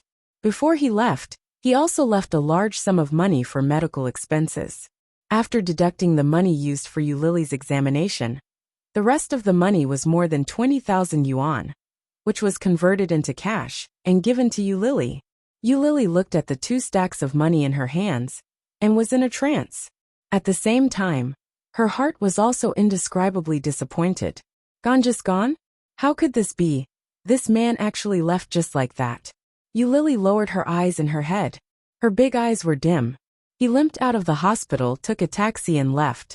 What she didn't see was that there was a black sedan parked not far from the entrance of the hospital.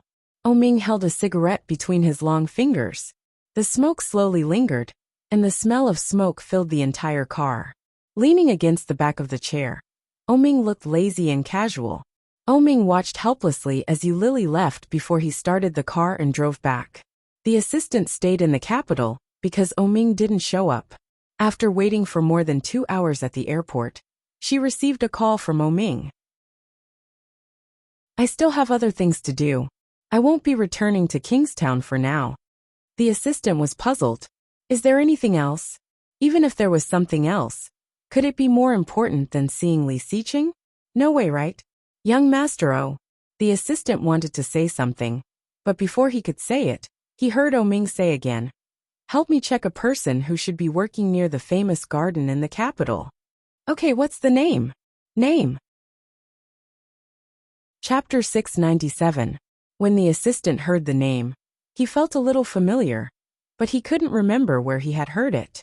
Especially her financial situation, marriage status, private life status, and work situation. In short, all of them must be checked.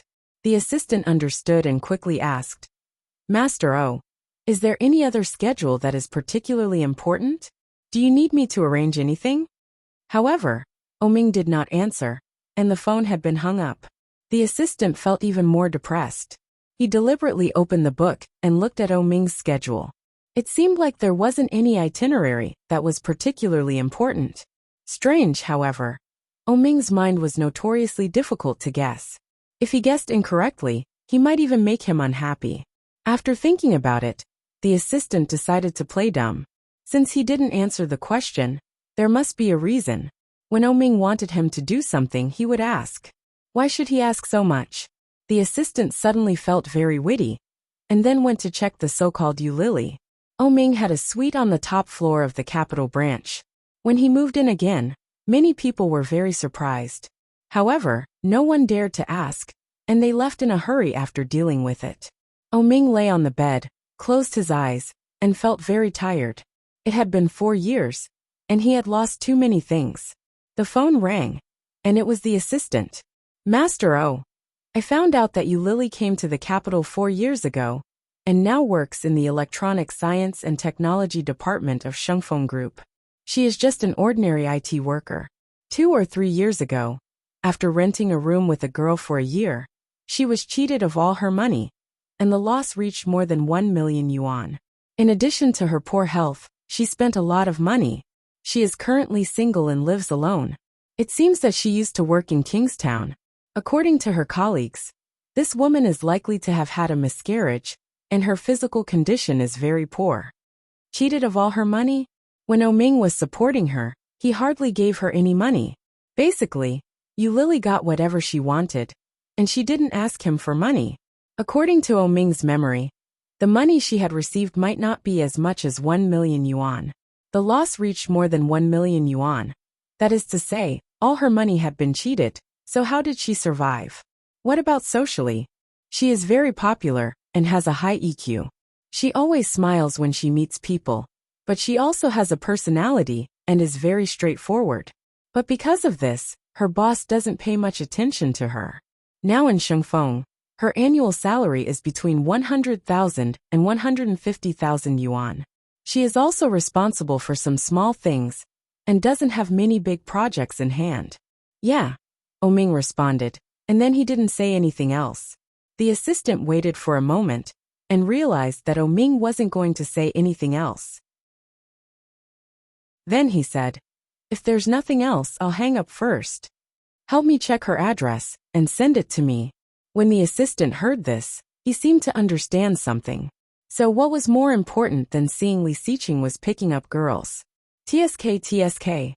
A typical example of valuing a lover over a friend. Although he thought so, the assistant didn't have the guts to say it out loud. He answered honestly, yes. After Oming hung up, the driver called. Chapter 698. Lily felt that she was so unlucky today. Not only was she targeted by Su Jing, but she also had to take the computer out of her busy schedule and was hit by a car. Not only that, but she also met Oming. Life was always like this. When people were unlucky, even a sip of cold water would get stuck in the teeth.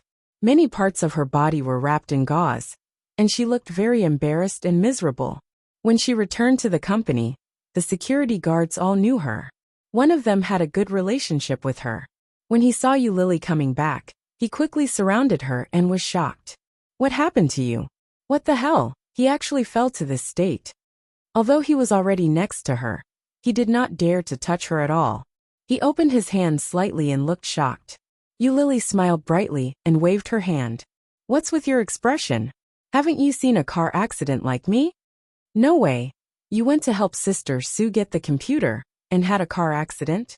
"Hey, don't say it." Lily looked like she could not bear to look back. "The computer is broken, directly broken, and the person has not paid me yet. Wait for me to go back first, and then I will tell you what happened." The security guard looked distressed. "Lily, you are like this. Don't go up. Sister Sue's temper is so bad, and she will certainly not stop scolding you because you are injured. Why don't you go down first, and I will go and talk to you?" "No, you do your thing. Go ahead." Lily waved her hand and quickly walked in. But the smell of ointment was very eye-catching. Many people saw Lily like this, and they would exclaim and ask, "Lily, what's wrong with you?" Along the way, Lily smiled so much that her face was stiff. Finally, she arrived at Su Jing's office. She rang the doorbell and went in. Su Jing was scolding a newcomer with harsh words. Lily had been in Shengfeng for less than a year. Su Jing was the head of the department, and she was famous for being a tigress. She would scold a newcomer without saying a word, and once scolded him until he resigned. Although Lily was very popular in this department, and was very popular among her colleagues, she couldn't let go of herself in front of this woman. The reason was just that she was beautiful. As a rich woman in her 30s, Su Jing was already married. At home, she was also a strong wife and a weak husband. Half a month ago, when her husband came to pick her up from work, he took a few glances at Lily and was slapped by Su Jing in public. Since then, Su Jing had been picking on her in different ways. She was so scared that she didn't even dare to put on makeup anymore. However, Yu Lily's show of weakness did not make Su Jing restrain herself much. Instead, he was targeting her more and more. With a sigh, Yu Lily limped in and called out, "Sister Su." Su Jing turned to look at her. Seeing her like that, she said in a bitter voice, "Oh, isn't this the belle of our department, Yu Lily? What's wrong with you? How did you end up like this?" Sour. There was an indescribable jealousy in his tone. Yu Lily silently bowed her head and said, "I was hit by a car on the way back to get the computer." Su Jing was shocked, and her first reaction was to blurt out, "What about the computer?" Yu Lily felt a little uncomfortable. This woman, she didn't ask me if I was okay now, but her first reaction was like this? The computer was damaged by a car. Chapter 699. Such a voice was full of disdain and contempt. Moreover, Su Jing was still so provocative. Such a sharp tone was even more unbearable. Anyone who heard such words would not feel good, let alone a woman like Yu Lily. Yu Lily seemed to see something strange. She glanced at her and sneered. "Isn't it just 120,000 yuan? Any bag I take out is more expensive than your computer."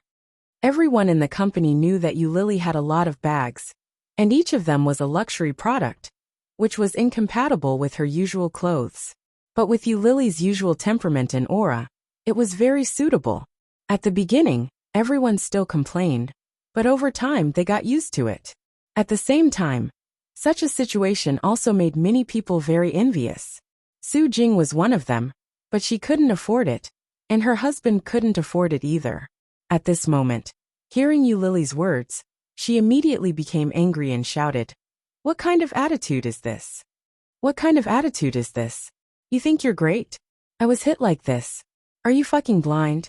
Yu Lily's attitude angered Su Jing even more, and she roared, "I am your boss. It's normal to ask you to do something. It's because you are my boss that I help you do these things outside of work. This is your own personal computer, not the company's. You forced me to use my working time to get it, causing me to have a car accident. What about this account? It's funny. Do you have any evidence to prove that your car accident was caused by me?" Yu Lily heard the words, raised her eyebrows and sneered. "Do you have any evidence to prove that your computer was broken in my hands?" Su Jing was furious and shouted, "Is this the attitude you should have when talking to your boss? Boss, you're just a department head. Do you really think you're so great?" Yu Lily looked at her coldly without any warmth. "When I was the director of the O Group's clothing store, you were still in some remote corner." Yu Lily couldn't stand it. She was already angry, and in the past few years, she had been extremely unlucky. She was cheated of all her money by her good friend, and it was not easy to find a job with a decent income. But she met such a boss. Su Jing did not cross the line in the past, so Yu Lily tolerated it. However, in the past half a month, Su Jing had become more and more outrageous and disgusting.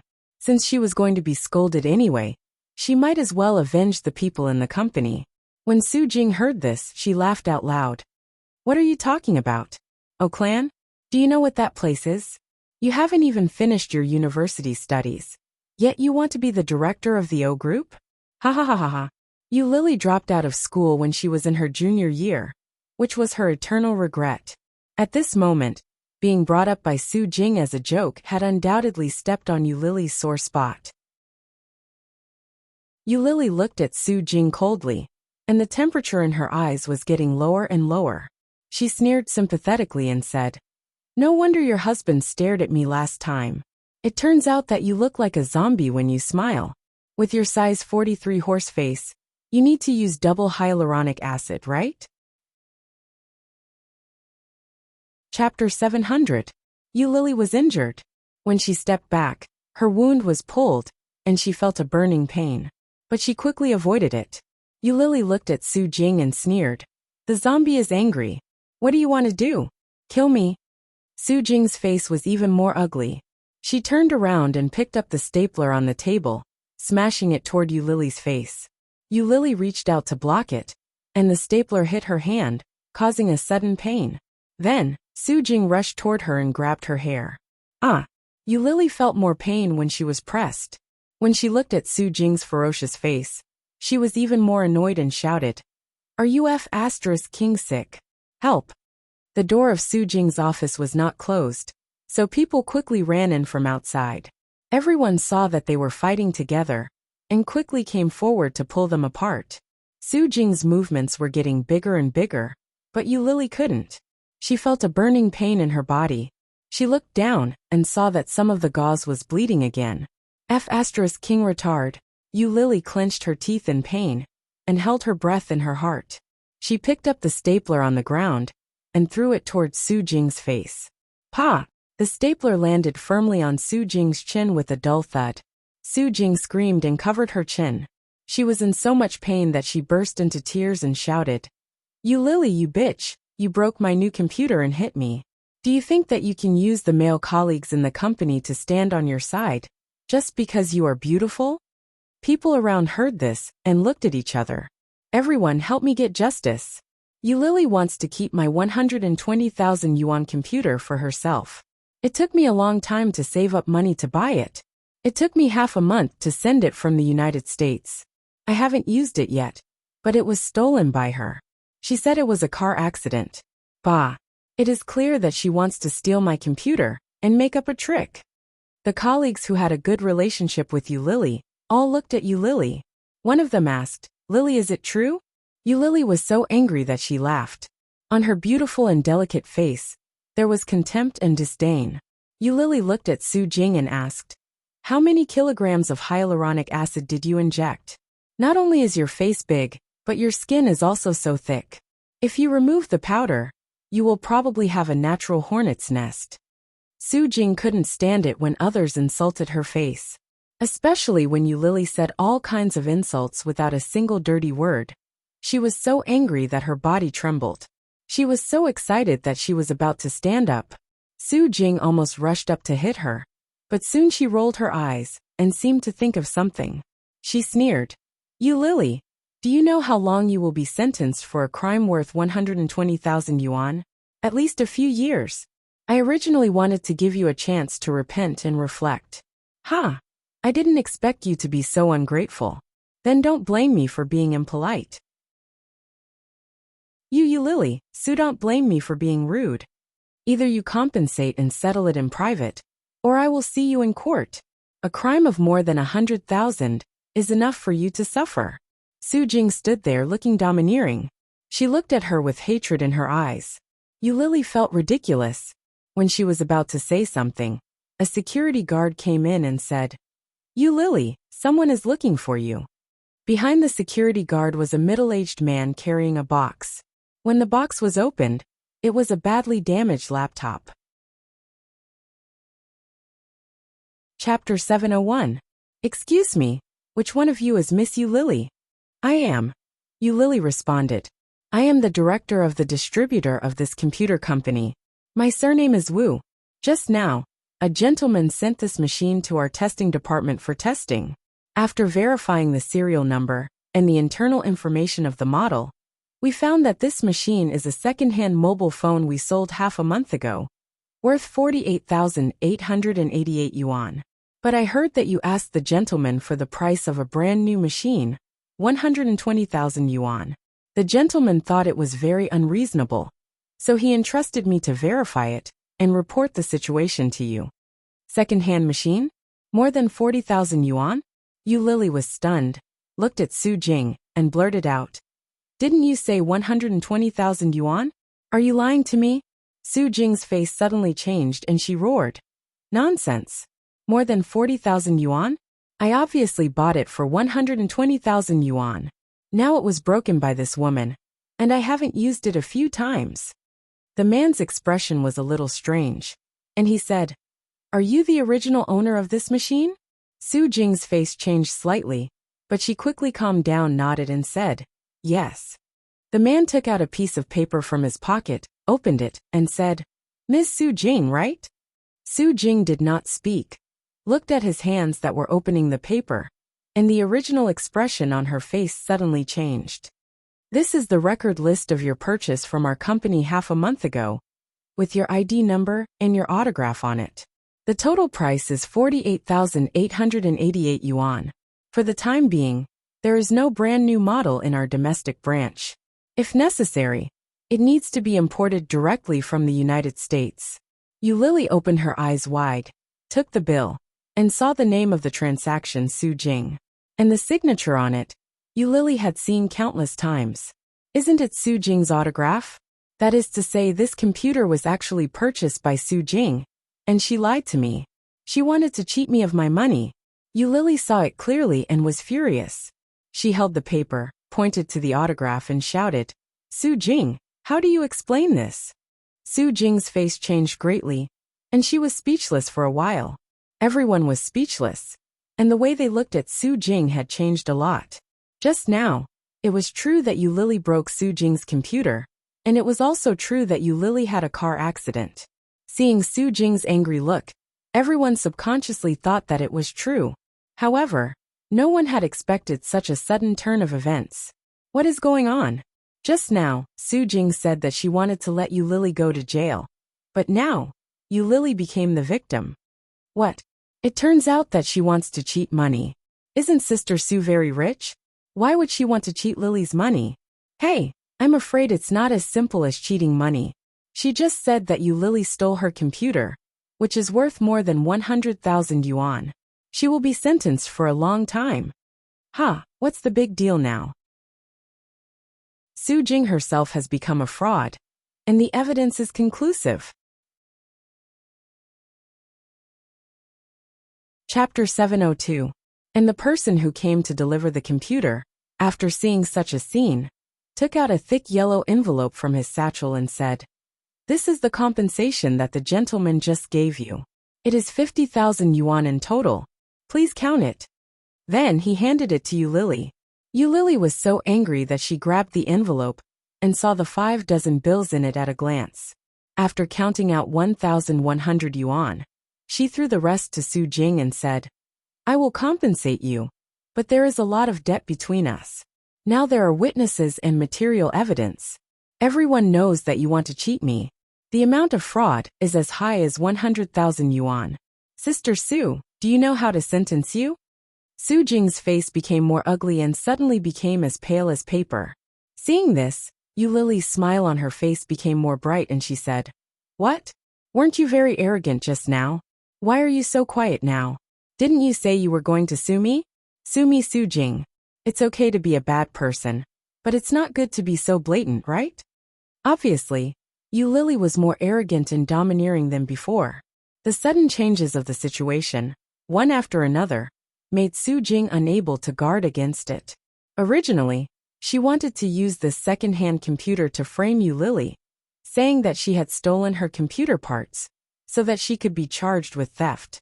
Just now, when he heard that she had broken the computer, he was even more surprised. Wasn't this coquettish fox arrogant? She would send her to prison, and see how she could be arrogant. But she would never have thought that Yulili had a helper. Such a helper was actually able to directly invite the dealer over and expose her plan in front of everyone, causing Su Jing to lose all her face. This slap on the face was so painful that it was burning. Originally, she thought that the victory was in her grasp, but it was reversed in an instant.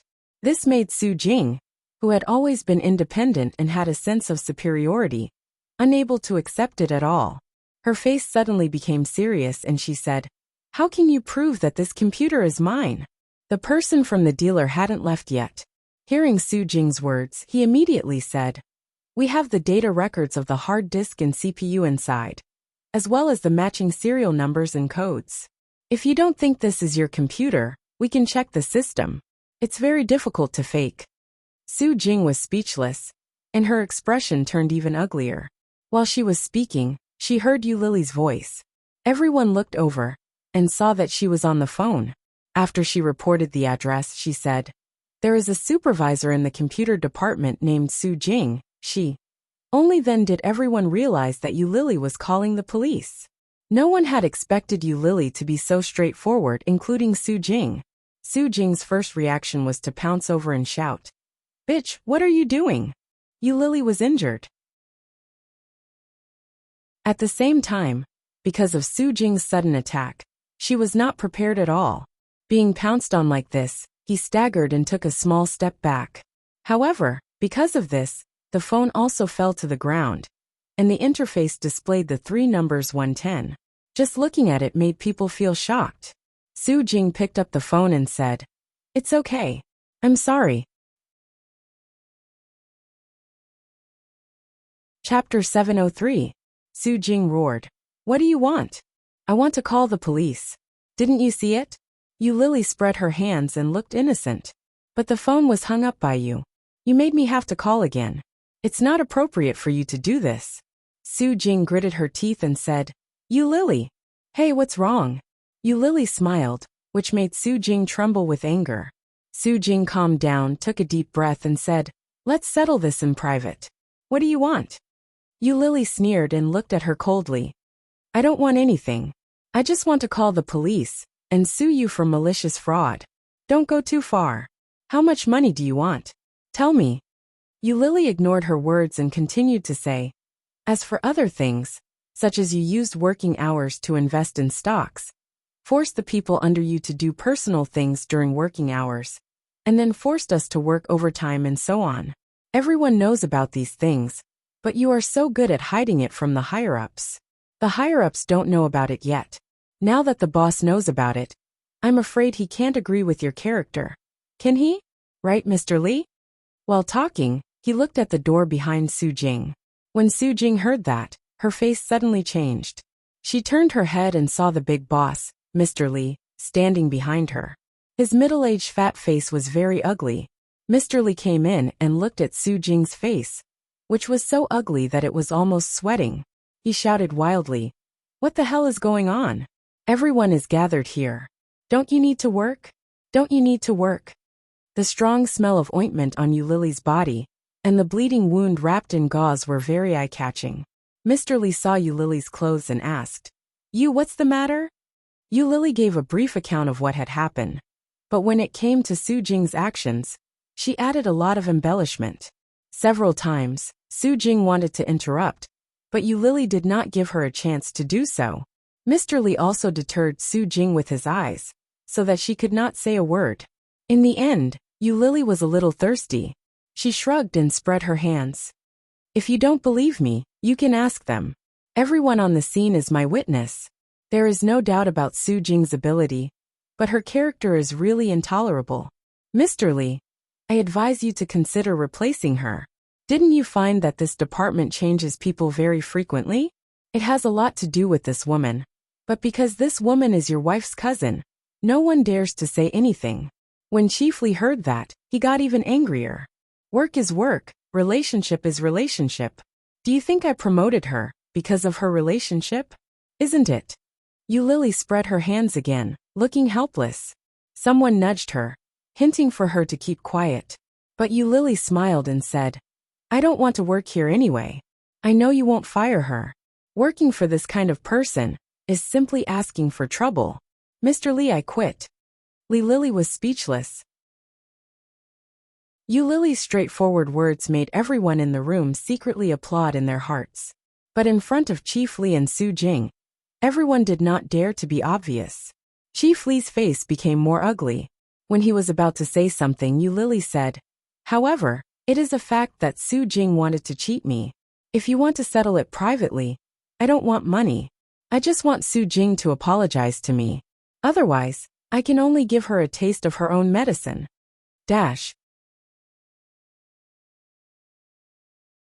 Chapter 704.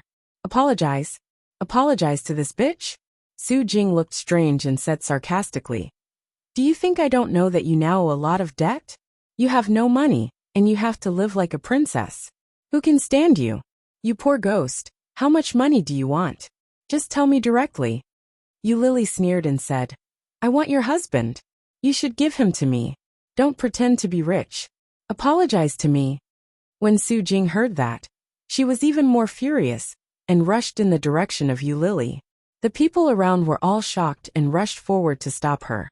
Yu Lily stood in the same place and looked at her mobile phone, lying quietly on the ground not far behind Su Jing.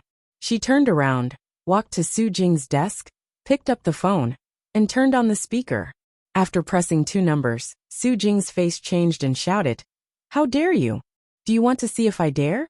Yu Lily pressed the last number, put the microphone next to her ear, and raised her eyebrows provocatively. "Apologize?" "No." Mr. Li was afraid. He went forward to take Yu Lily's phone, and hung up directly. He looked at Su Jing and shouted, "Apologize." Su Jing was shocked and couldn't believe it. "Brother-in-law, you were in the wrong in the first place, so you should apologize. Didn't you see how badly Xiaoyu was hurt because of your computer? What if there are scars all over a girl's body, and the computer has been compensated to you? You should apologize to her." Su Jing was obviously not convinced. She looked at Mr. Li and said unwillingly, "I don't want to." Hearing this, Mr. Li's face darkened and he warned, "Do you really want to go to jail?" "Go to jail? Who would want to go to jail?" But Su Jing was not reconciled. Not reconciled, not reconciled. Why should I apologize to this bitch who seduces people everywhere? Since she came, almost all the people in the company were around her. No matter men or women. Relying on the tricks of a fox, she pretended to be a bitch. She was not reconciled. And she just couldn't see her doing well. "Either you apologize, or I'll call the police." As she spoke, she picked up the phone and teased, "It's just going to jail. Sister Su isn't afraid, right?" Manager Li's face also darkened. "Su Jing, do you really think I don't know what you're doing in the dark? Do you really want me to tell you everything?" Su Jing felt even more humiliated. Not only were her colleagues and subordinates not on her side, but even her brother-in-law did not support her. "Why? What's so good about you, Lily?" Su Jing was so angry that her eyes turned red, and tears welled up in an instant. However, under Manager Li's warning gaze, she still lowered her head and whispered, "I'm sorry." "What? I didn't hear anything." Yu Lily was still holding the microphone in her hand. She put one hand next to her ear to make a trumpet. "Can you say that again?" Su Jing was so angry that her chest heaved up and down. She calmed down and said in a serious voice, "I'm sorry." Chapter 705. Yu Lily's provocative words made many people at the scene laugh, and they were secretly happy. But the boss was here, and Su Jing was also in front of them. Except for Yu Lily, no one else dared to smile. Yu Lily's attitude made Su Jing almost mad, and she roared, "Don't go too far." Yu Lily seemed to be scared, and she turned her head sideways with a look of disgust. Yu Lily seemed to be frightened. She turned her head sideways with a look of disgust, but she quickly turned her head back and said, "Look, isn't it quite loud? I really didn't hear what you just said. My ears are not very good. Why don't you just speak like you used to? Why do you have to pretend to be gentle?" "I'm sorry," Su Jing roared, and her eyes were about to crack, and she looked terrible. Yu Lily looked scared, patted her chest, and said with a frightened face, "If you don't want to, then don't. Why do you have to scare people? Don't you know that people can be scared to death? What the F***ck? You not only cheat, but also want to kill people." While talking, Yu Lily had picked up the phone again. Yu Lily turned on the speaker and pressed 2 numbers. Almost everyone could hear it clearly. Su Jing took a deep breath and said quickly, "I'm sorry, Yu Lily. I shouldn't have framed you. I shouldn't have targeted you. Please forgive me." Yu Lily just pressed the 3rd number, and before it was connected she hung up. Looking at Su Jing, Yu Lily smiled slightly and raised her eyebrows. "Are you sincere?" Su Jing wanted to kill her, but at this time, she still nodded against her conscience, sincere. "Go, you are so fake." Yu Lily sneered. "But I am a generous person, and I will forgive you." After that, she looked at Mr. Li. "Mr. Li, I don't want to work anymore. Please let me go. I can't do work with my injuries." Mr. Li quickly said, I know you have a grudge against the company. Now I announce that Su Jing will be fired." When such a voice fell, everyone was shocked. "What? Fire Su Jing?" People around looked at each other and couldn't believe it. Even Su Jing herself had not expected such an outcome.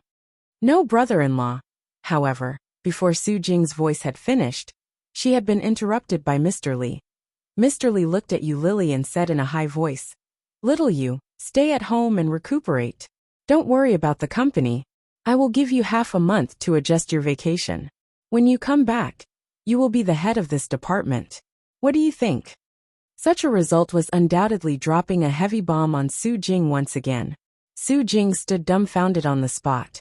She turned pale with fright and shouted, "Brother-in-law, how can you do this?"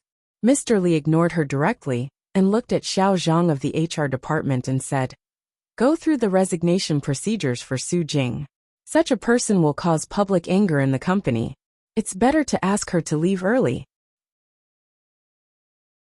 After a pause, he looked at Su Jing and said, "Don't you want a child? You always complain about being busy with work.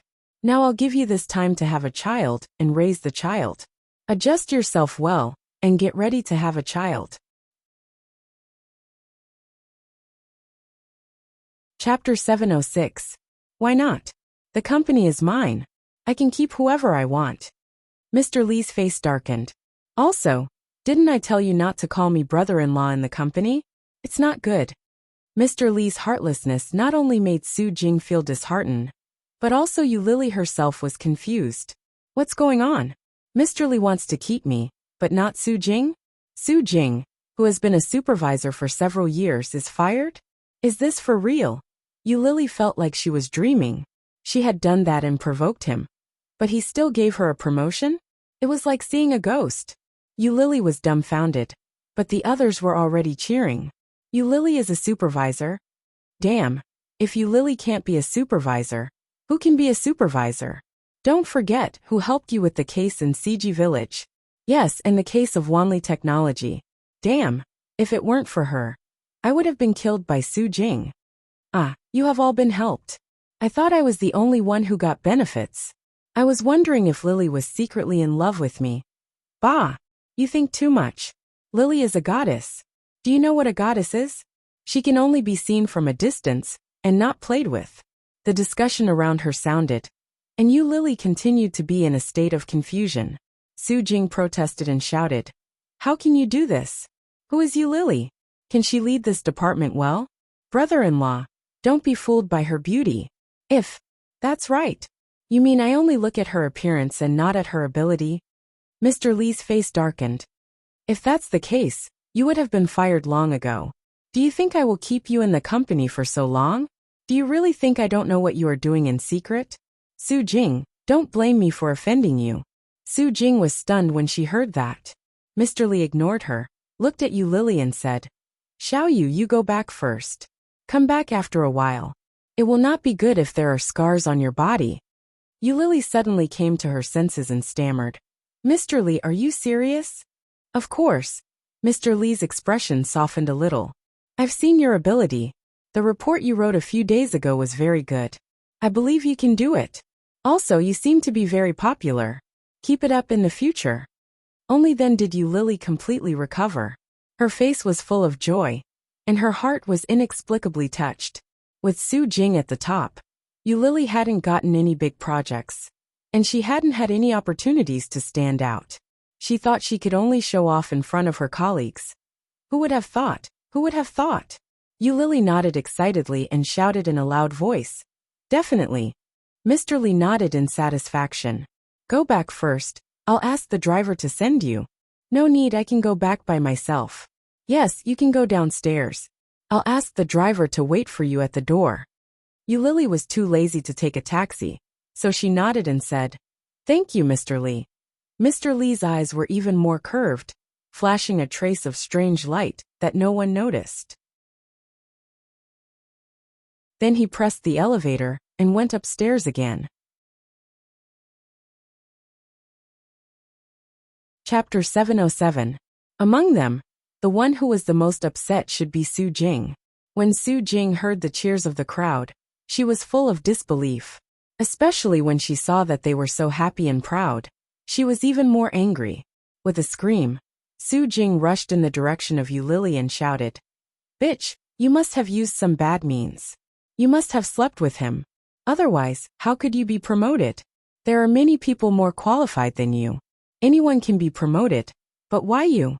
The voice was fierce, and the expression was terrible. Yu Lily's colleagues, who had a good relationship with her, immediately stood in front of her and protected her. Two male colleagues grabbed Su Jing from both sides, Su Jing was even more angry and shouted, I heard that you used to be the mistress of a rich second generation. Later, you were abandoned by the rich second generation because you couldn't have children. You must be very happy to be a mistress for so many years. Bah! Now you actually use this kind of dirty means to deal with my brother-in-law. You Lily, you are so disgusting, bitch. Su Jing's words sounded so convincing, as if they were the truth. When Yu Lily heard it, her face slowly sank. How did Su Jing know this kind of thing? She obviously didn't tell anyone. However, with the previous record, the credibility of Su Jing's words had been greatly reduced. How could the colleagues around her believe Su Jing's words? Hearing Su Jing's words, someone said sarcastically, Why? A beautiful woman must be a mistress of a rich second generation. That's right. A woman like you can only raise a useless old pervert, an old gigolo. Ha ha ha. Yes, you are ugly and you blame others who are beautiful. What the hell? When Su Jing announced that she was fired, this group of people felt very proud. At this time, there was such an opportunity to hit Su Jing. How could they not seize it? It's true. Su Jing shouted angrily. You Lily, this woman. How clean do you think she is? She was just a whore who would sleep with a man for money. I really don't know what you like about this kind of person, this kind of bitch. Haha. Yu Lily chuckled and deliberately made a charming look. However, when combined with the injuries all over his body, it looked very awkward no matter how one looked at it. Yu Lily winked at Su Jing and said, If you are beautiful, you can sell your body. As for someone like you, I don't think anyone would want you even if you sold your body. Hey, whether I sell it or not has nothing to do with you. If you have the time, why don't you save some money for plastic surgery? As he spoke, he looked at her sympathetically and said, Why don't I help you a little? Here's 1,000 yuan. Here, take one. He crumpled the bill and threw it at Su Jing. This kind of naked humiliation caused Su Jing to tremble with anger. You. It's not enough? There's nothing I can do. I don't have any left. This is all I have. I still need to heal. Hey, why don't you ask someone else for some? Beg.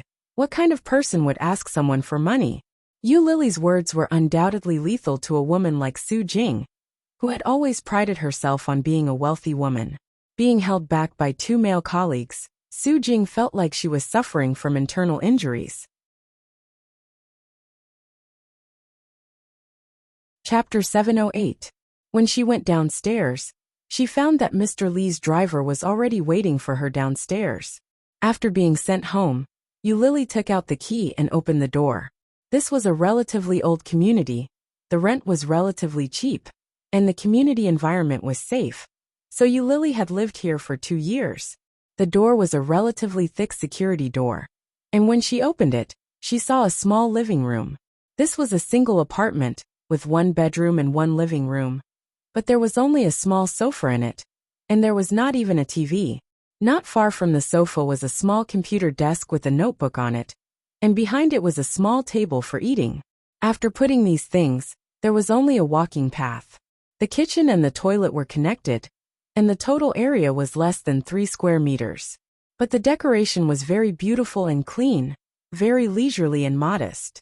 Yu Lily stretched, took out the medicine from her bag, put it on the small table, and then walked into the room. Just as she opened the door, Yu Lily immediately froze in place. In the room, there was a single bed, a wardrobe, a bookshelf, and a wall full of photos. However, these were very familiar furnishings, not enough to cause Yu Lily to be shocked. What made Yu Lily freeze in place was the uninvited guest in front of her. On the single bed that should have been clean and tidy, there was a man lying on it. The man was tall and lying on the bed at the moment. He seemed to have fallen asleep, but at this moment, he noticed Yu Lily coming in and opened his eyes. His dark brown eyes were tired and sleepy, and his peach blossom eyes were blurred. He looked at Yu Lily, but she couldn't see his emotions. Yu Lily was stunned, and soon her face changed. Subconsciously, she looked at the wall full of photos. The photo wall was full of photos of her and Oming. In addition to the group photos, there were also photos of Oming. All the photo frames were hung up, and the wall opposite the bed was densely hung. Yu Lily's heart suddenly jumped, and she had the feeling of a runaway child caught by an adult. She was embarrassed and guilty, but at the same time, she couldn't help but feel happy. The man on the bed lifted the quilt, got out of bed, and slowly sat on the edge of the bed, looking at her with a pair of eyes. The atmosphere was a little awkward. Lily stood at the door and stared at him for a long time before she opened her mouth and asked, "Why are you here?" When Ming heard that, his lips curled into a smile, but he didn't say anything. He slowly took out a cigarette from his pocket and lit it up. Then he looked up at her, and the corners of his lips curled up slightly. There was a strong sense of sarcasm and self-deprecation in his smile. There was also an indescribable feeling. Lily looked at his smile and felt her heart ache. "What are you laughing at? What's so funny?" Lily wanted to ask him, but she saw him take out a notebook from under the quilt. Seeing the cover of the notebook, Lily was shocked and subconsciously looked at the photo wall. Under it was a desk. There should have been a notebook on the desk. That was the notebook she used to draw on now. It was empty. Ming just flashed the notebook, and Lily's face became even paler. Chapter 709. The strength was so great that the photo frame on it suddenly fell down. The sound of breaking was deafening in this narrow room. Ming took a long step and walked in front of Lily. His lips were curved with an evil and contemptuous smile. His pair of peach blossom eyes were slightly narrowed. He looked at her face and exhaled a long puff of smoke. Then he pushed her hard, without pity, past her and strode away. From beginning to end, he didn't say a word. Lily's eyes were red and slightly painful. This kind of pain fiercely pulled the scar on her heart that had been faintly painful for 4 years. But in the past 4 years, it had never been so painful. Enduring the pain, she stepped on the glass on the ground to pick up the book. On the book, there were broken glass shards, which suddenly pierced into her fingers, making her feel painful. She opened the book, and one of the pages inside, impressively, had a horizontal label. On it was a picture of a woman holding a dagger in her hand, and she personally stabbed it into her stomach. Below there was blood.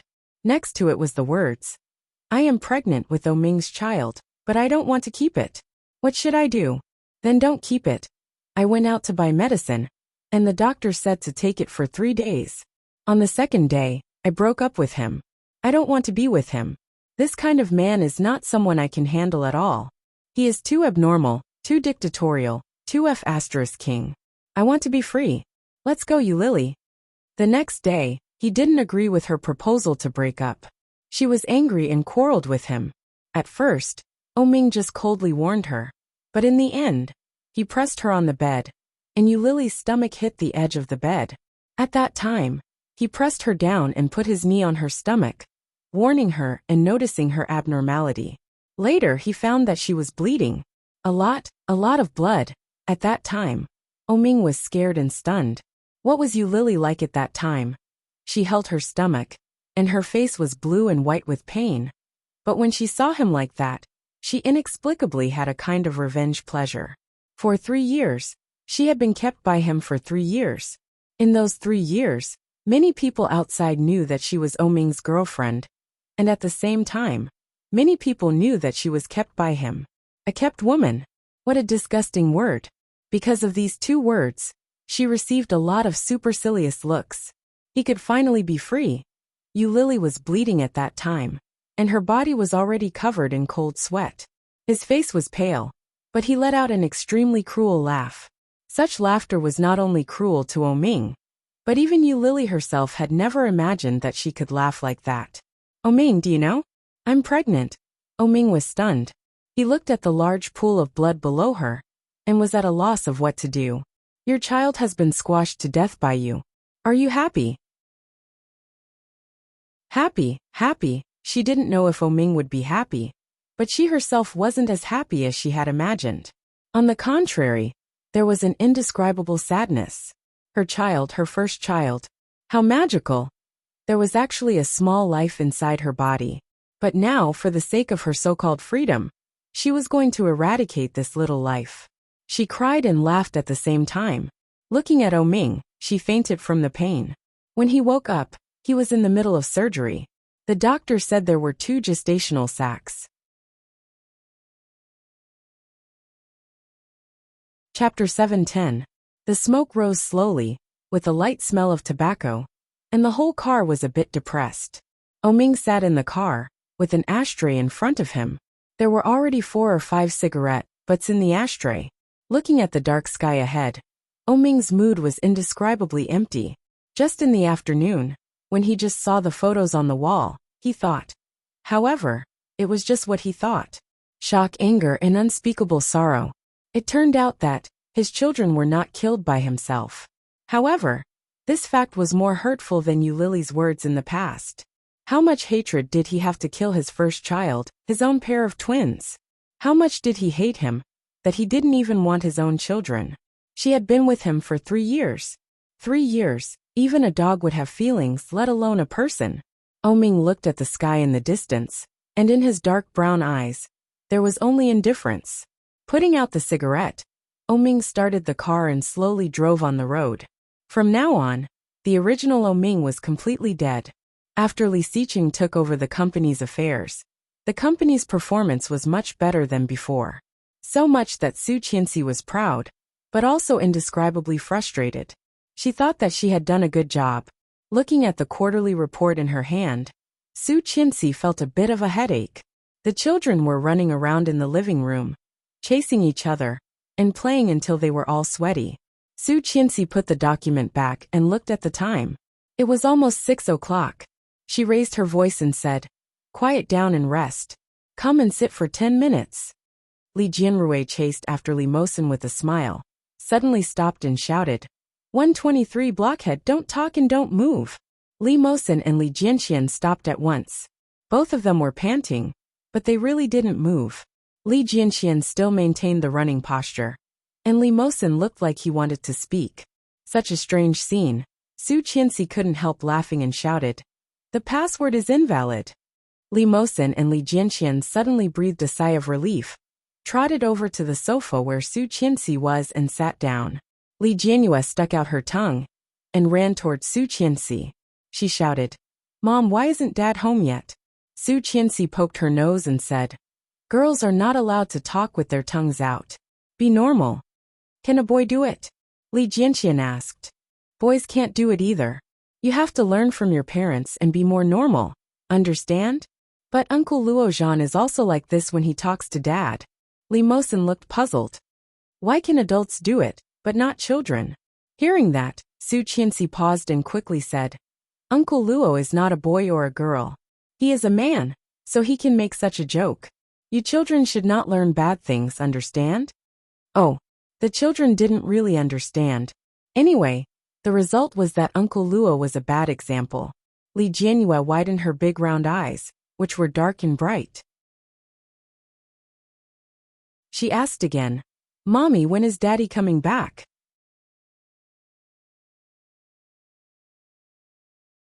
Chapter 7:11. Yes. The little girl held Su Qianxi's leg and looked at her with a smile. Her big black eyes were full of sparkling light. She asked, "Dad's birthday, will there be a cake?" Su Qianxi smiled and picked her up. "I have asked your dad to bring you a cake." Su Qianxi's words made the children's eyes light up, especially Li Jianrui, who cheered and shouted, "I want strawberry flavor."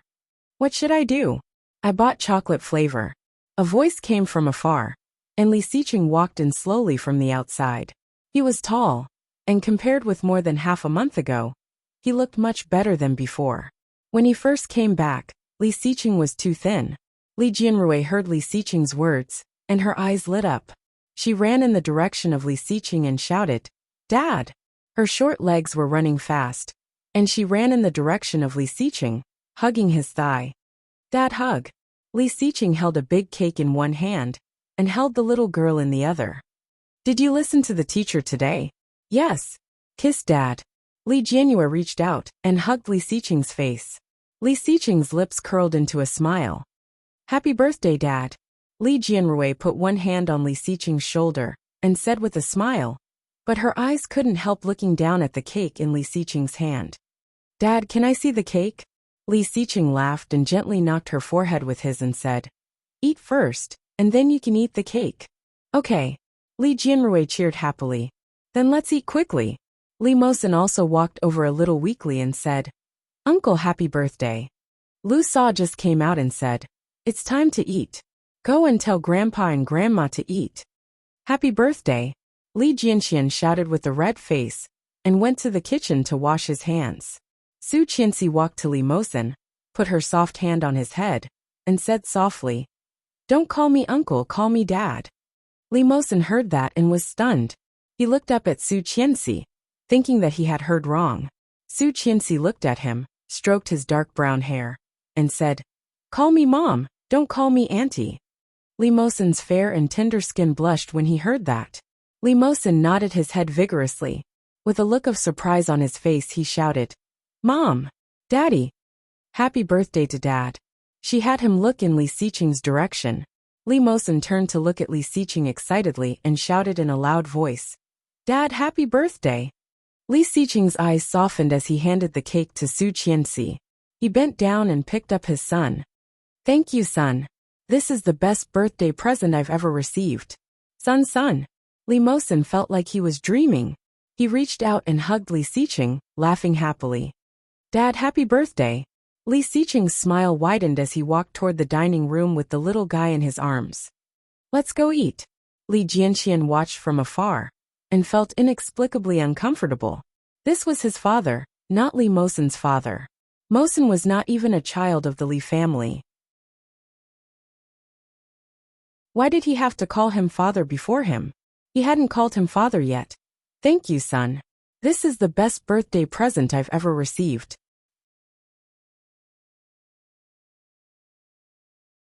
Chapter 7:12. After dinner, the family gathered together. Su Qianxi led the children to sing the birthday song to Li Xiqing, and the smile on Li Xiqing's face became bigger and bigger. Just before the birthday song was finished, she heard the doorbell ring. Su Qianxi went to the door, opened the door, and saw Ming, who looked a little travel-worn. With surprise in her eyes, Su Qianxi invited him in and shouted, Honey, Ming is here. Ming? Li Xiqing was also a little surprised. Just after the children's birthday song, Ming appeared in Li Xiqing's vision at the same time. Ming was holding the specialties of the capital, a bottle of wine, and a box of something unknown, but it looked very high-end. At this moment, seeing Li Xiqing, he handed everything to Li Xiqing. Ming saw him, chuckled, and his eyes were slightly red. The two men looked at each other and smiled. Immediately, they went forward and hugged each other. Hard. But it was not the kind of enthusiasm for women. Their hug was full of pride and domineering. Li Xiqing, you are finally back. Ming reached out and patted his back, his face full of emotion, and his eyes were slightly red. Li Xiqing heard that and laughed. He directly punched Ming's lower abdomen, and said with a little anger, You really have the nerve to say that. I have been waiting for you for half a month, and you lie to me every day. Ming laughed at the same time, pushed him away, and gently punched him on the shoulder. Aren't you back now? I also brought you a birthday gift, the limited edition watch you have always wanted. It's for you. Li Xiqing heard that, chuckled, turned to look at the three little guys behind him, and said, Call Uncle O. Hello, Uncle O. The three little guys spoke at the same time, especially Li Jianrui, whose sweet voice was out of place with the two boys. At this moment, she did not look up, looked at the cake in front of her, pouted and shouted, Dad, come and blow out the candles. You see, the candles are almost falling into the cake, and we can't eat it later. Li Jianrui wasn't very old, but she was as smart as her brother. She was very eloquent with words. Furthermore, she watched TV shows with old Master Li and Qin Shuhua every day. She had learned most of the things that she shouldn't have learned. At this moment, what the little guy said made Li Xiqing smile. You help Dad. No, I have to make a wish first before I can blow out the candles. And you have to blow it yourself, otherwise the wish won't come true. Li Xiqing pretended to look surprised and asked, Really? Seeing Li Xiqing's expression, the little guy was convinced. He nodded with a serious face and said, Of course it's true. Dad, come on. If the candle falls, the wish won't come true. You obviously want to eat cake. Li Jianxian unceremoniously undermined him, with a look of disdain. Li Jianhua blushed and puffed up her cheeks. She said, I didn't. Brother Mosen, am I that kind of person? Li Mosen shook his head. No. Umph. The audience's eyes are sharp. Li Jianhua made a face at Li Jianxian, then turned her head and continued to urge. Hurry up, Dad. The little girl, who was less than 4 years old, called her father with a sweet voice. Oming was full of envy when he heard it. Looking at Li Xiqing, he couldn't help but feel sad like a tide.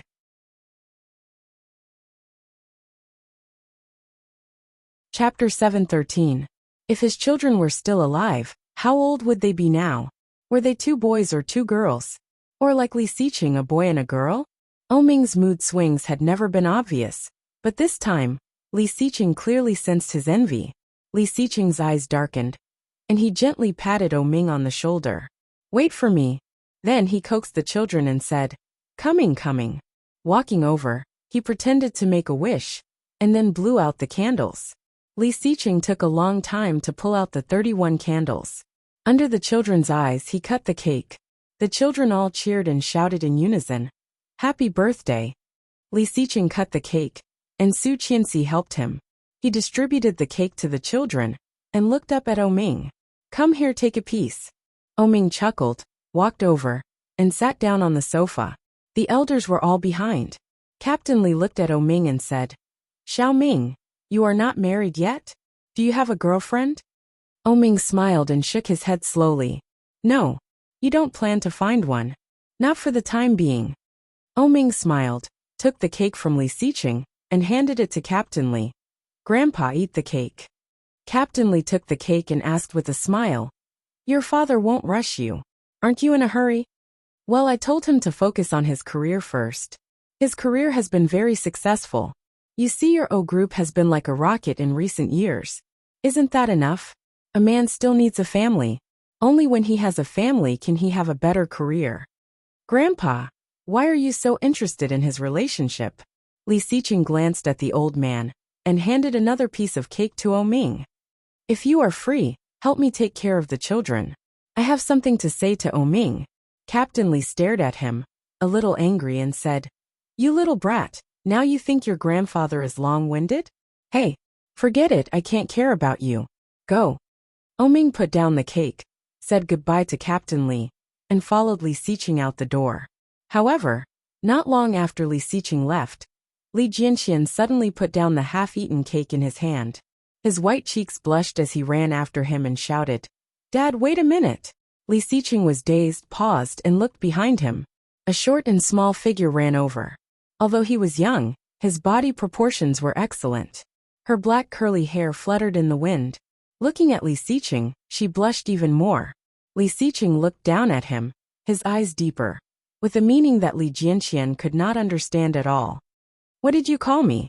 The little fellow's face turned even redder, and he weakly called out, Daddy. Li Xiqing's eyes became softer. His eyes curved slightly as he looked at Li Jianxian. Yeah. I also want to give you a birthday present. What present?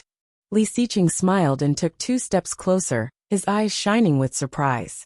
Although the little fellow did not understand, he knew that his father must be happy at this time. You are too tall. Squat down a little. Li Xiqing heard and squatted down. Li Jianxian went up and imitated Li Jianhua. He held Li Xiqing's head with both hands and kissed him on the cheek. Then he turned around and ran, shouting, Happy birthday, Dad. Li Xiqing's eyes lit up. Dash. Chapter 7:14.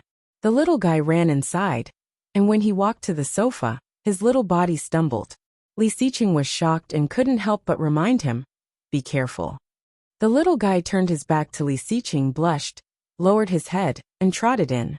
Oming also laughed and teased. It's exactly the same as when you were a child. Is this the first time he called you Dad? Yes. Li Xiqing's lips curled, and his cold eyes became softer. The first time, it feels good. This little guy's personality is really cute. Could it be that he didn't call him on purpose, so that he could give him a surprise on his birthday? Li Xiqing's dark eyes became softer. Turning his head, he found that Oming's eyes were even more envious. There was a smile on his lips, but there was indescribable loneliness in his eyes. Perhaps others could not see Ming's emotions, but Li Xiqing admitted that he had known him for more than 20 years, and had long known him like the back of his hand. With such emotions, Li Xiqing couldn't help but frown, stepped forward and said, "Let's go." The small lake not far from the door of the old house had been there for many years. When they were young, Ming and Li Xiqing liked to sit on the grass by the side and chat. During the day, they sat fishing and basked in the sun. At night, they lay on their backs and looked at the sky full of stars. This kind of life lasted until they graduated from college. After graduation, Ming went to Europe to study, and Li Xiqing started his own company. The days they spent together here became less and less. Once again lying in this place, the two of them felt infinite emotions in their hearts. Li Xiqing. Yes. Li Xiqing put his hands on his head, looked at the sky and responded. Today's Kingstown was already a first-tier city. The sky full of stars in the past no longer existed. The dark night sky now only had a little light hanging, looking bleak and lonely. For a long time, the two of them did not speak again. There was the sound of insects around, and the breeze was cool and comfortable. Li Xiqing looked at the night sky and slowly said, "This time in the capital, who did you meet?" Ming was dazed and turned to look at Li Xiqing. After a long while he chuckled. "Are you a roundworm?" Li Xiqing curled his lips and asked, "You Lily?" Ming's eyes darkened at the mention of the name. He turned to look at the sky again. In the darkness, there seemed to be a smiling face, with a coquettish smile, looking at him provocatively. "It's her. She must be having a hard time." Ming laughed. "How did you know? She can't live well without you. TSK, she's even more ruthless than me. At least I didn't want her to live a bad life."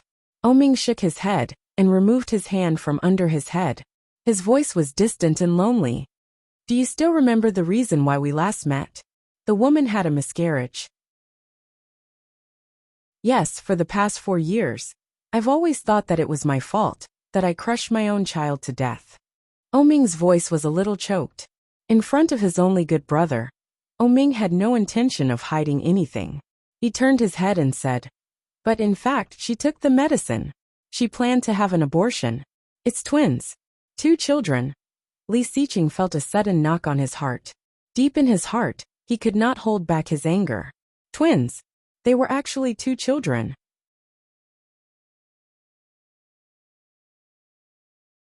Chapter 7:15. 2 children. How much luck did one have to be in order for such luck to descend upon them? However, Yu Lily had killed such luck with her own hands. How cruel. She hates me. She blames me for not giving her freedom. If I had not been so domineering to her, would things have been different? Ming's voice did not sound very emotional. A pair of dark brown pupils, looking at the sky in the distance, with endless loneliness and frustration. Li Xiqing, I really envy you. Although he had been away from home for 4 years, everything was developing in a good direction. He had twins who loved him, a wife who loved him, parents who loved him, and a loving grandfather who loved him. How lucky. Ming curled his lips and looked at the sky in the distance. In front of him, there seemed to be a sarcastic smile. No, that woman is an ungrateful wolf. The better you are to her, the more she wants to run away, Li Xiqing said lightly. She is not worthy of your attention. You are not young anymore. Doesn't your father urge you? Li Xiqing said indifferently. Ming chuckled and gave him a punch. Your grandfather just asked me. Why are you learning from your grandfather? If I meet the right person, I will get married. Maybe I can fall in love with her. Like you? Li Xiqing smiled and did not answer. How could it be the same? When he married Su Qianxi, there was no one in his heart. For him, it was the same no matter who he married. But Ming was different. He had been with that woman for 7 years. How could it be the same? But this was undoubtedly the best result. Did he want Ming to be single? If that woman was worth it, Li Xiqing had nothing to say. But you Lily, shoo, the sound of fireworks. Li Xiqing and Ming looked at the same time. The brilliant fireworks suddenly bloomed in the dark night sky, making the most beautiful smile. It was a riot of colors forming a huge word. Li. Ming raised his eyebrows and read it out. Then another firework rose. Shoo bang. See. Then the third, the fourth, the fifth. One by one they bloomed. Chung. Live. Day. Soon. Happy. Forever. Forever. Love. You. Li Xiqing, happy birthday. Love you forever. Forever. Oming muttered these two words in his heart and was slightly stunned. Seeing the fireworks, Li Xiqing already knew who it was. The corners of his lips curled up unconsciously. Following that, the sky was filled with fireworks once again. Each and every one of them was colorful and beautiful. His phone vibrated, and he picked it up. It was Su Qianxi. He picked it up, but it was not Su Qianxi's voice, but his baby daughter's. Li Jinyue's voice was sweet as she called out. Daddy, where are you? Do you see the fireworks? So beautiful. Yes, where's your mother? Li Jinyue smiled mysteriously. Mommy said that I can't tell Daddy. If Daddy is done with his work now, he can go to the swimming pool next to our house alone. With that, the little fellow hung up the phone. Li Xiqing sat up, reluctantly looking away from the fireworks in the distance, and looked sideways at Oming. Oming stood up, patted himself, and said, Your wife is waiting for you, right? Go ahead, I'll go back to the company first. See you tomorrow. Oming. You deserve better.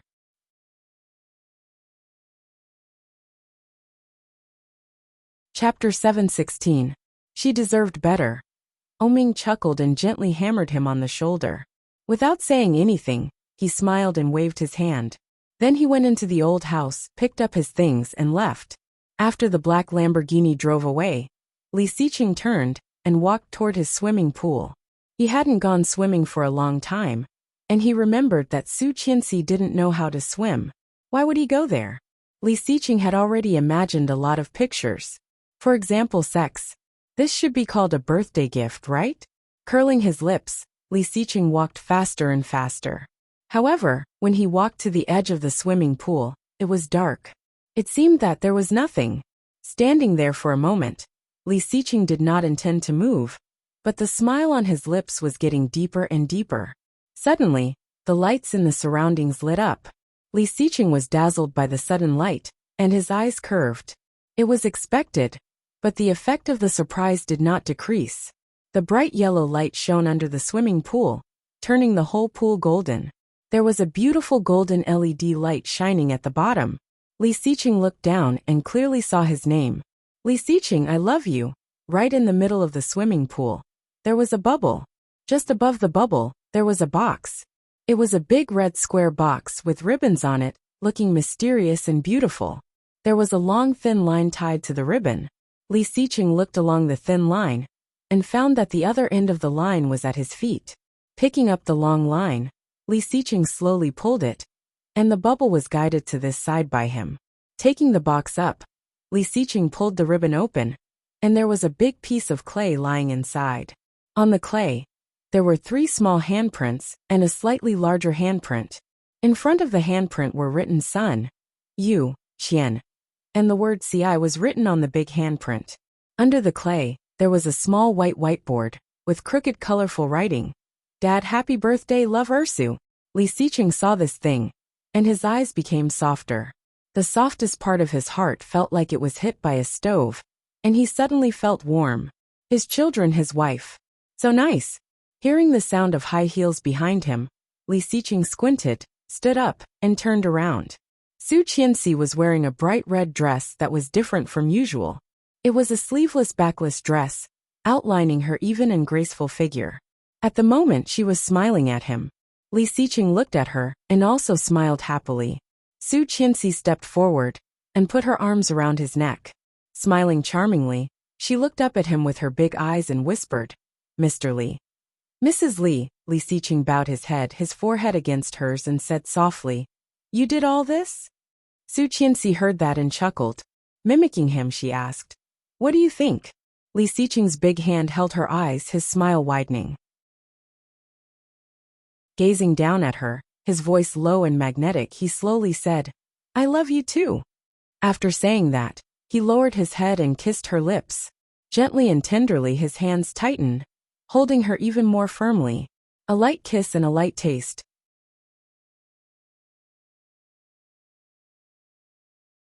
Chapter 717.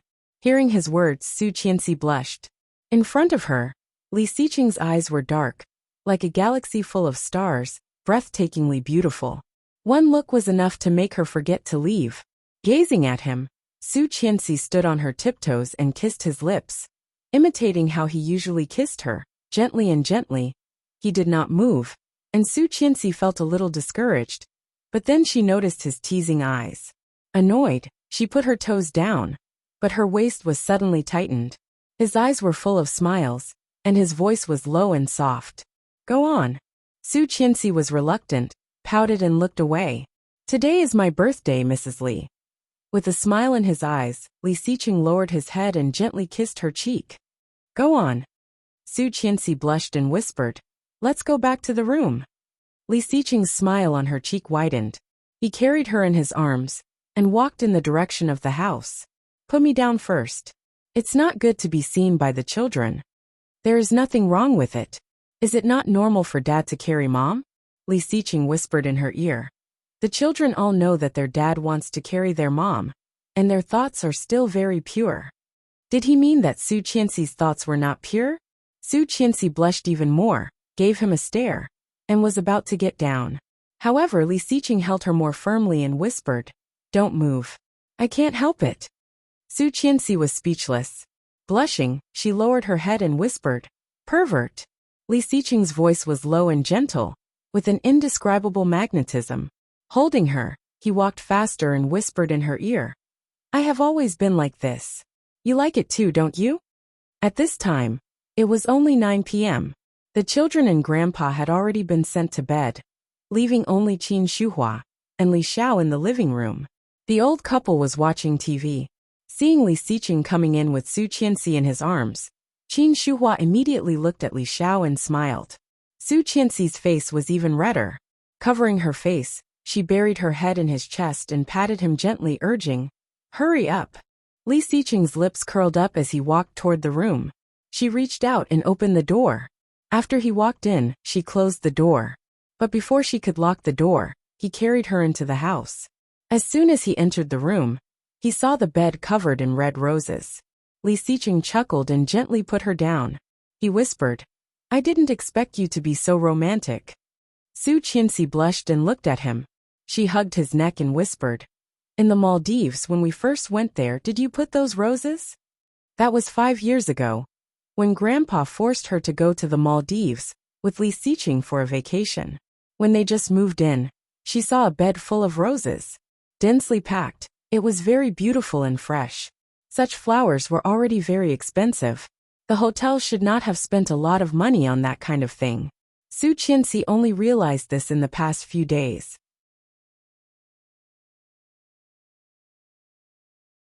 Chapter 718.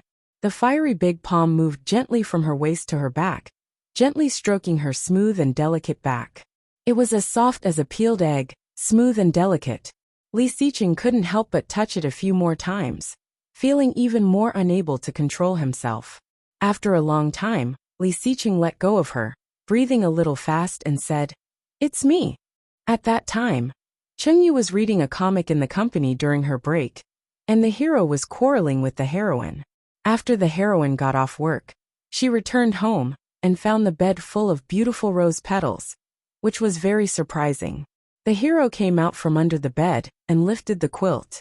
The rose petals were scattered all over the sky, which was very beautiful. Li Xiqing had already prepared for her. At that time, seeing her stunned expression, he was also in a good mood. Hearing Li Xiqing's affirmative answer, Su Qianxi's eyes were even more gentle, and she looked up to kiss him. The smile on Li Xiqing's lips widened, and he pushed her to the center of the bed. Dense kisses accompanied by the color of lipstick moved to Su Qianxi's chin, neck, collarbone. Su Qianxi hugged him tighter, and her body couldn't help trembling under the movement of his big hands.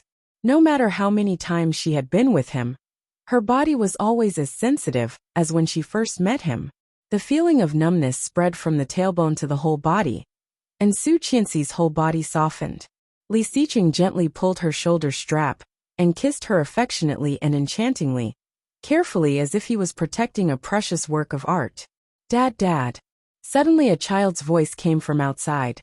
Li Xiqing's body stiffened, and before he had time to react, the door of the room had been opened. Su Qianxi was also shocked, and quickly pushed him. Her already pink face suddenly became even more flushed. She covered her chest and pulled up her clothes. Li Jianyue ran in, crying, "Dad, my brother won't let me play with the building blocks," sob. Li Xiqing was a little embarrassed and sat up.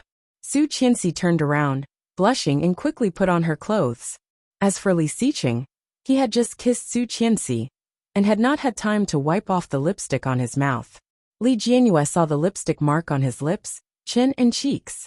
She widened her eyes, looked at Li Xiqing, and said in surprise, "Dad, are you wearing lipstick?" Li Xiqing felt the blue veins in his temples throbbing. Looking at the mirror on the dresser, he took 2 tissues and wiped the lipstick on his face before turning to look at his baby daughter.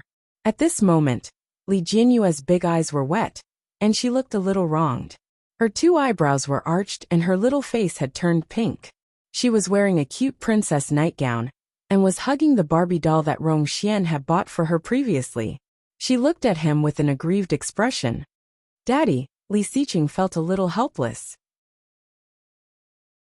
He went forward to pick up his daughter and asked softly, "What happened to Ursu? Big brother doesn't let me play with building blocks. Boo-hoo, big brother is too selfish. I don't like big brother anymore." Li Jianyue hugged Li Xiqing's neck and cried. She looked so aggrieved that Li Xiqing's heart ached. Li Xiqing wiped her tears and unconsciously frowned. He coaxed, "Ursu, be good. Daddy will teach big brother a lesson for you. Where is big brother? Take me there."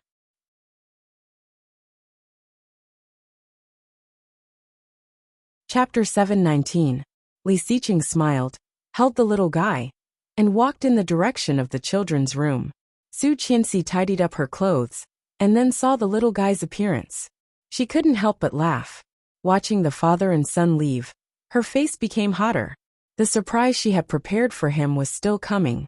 She almost thought that she couldn't take it out, but it was interrupted by the little guy. Was this a blessing in disguise?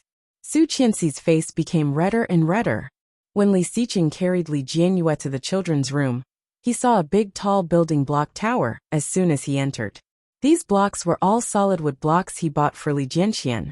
Many adults also liked to play this game. As soon as Li Xiqing walked in, he was a little surprised. The blocks inside were piled high, and they were actually as high as Li Jianxian's height. The inside was hollow, and there were hollowed gaps on the outside. The whole was a circular tower. Even so, the bottom 3 or 4 layers were very tight and airtight. When it got higher and higher, the distance between the blocks slowly opened up. Each block was only about 2.5 centimeters wide, and it was placed horizontally. There were at least hundreds of them stacked on top of each other. Both Li Jianxian and Li Mosin looked a little excited. They put the last block on the top, and the whole tower shook slightly. But it was only a slight shake, and in a moment it returned to normal. It looked very tall, but it was very stable. It was placed on the edge of the small bed, just beside Li Jianyue's bed. Wow! Li Jianyue seemed to have forgotten why she called her father over. She looked at the tall tower with her eyes wide open, and her little face was full of worship. Amazing! It's so high! As she spoke, she struggled to get down. Li Xiqing put the little guy down, but Li Jianxian and Li Mosin immediately felt a sense of crisis and shouted at the same time, "Don't come over!"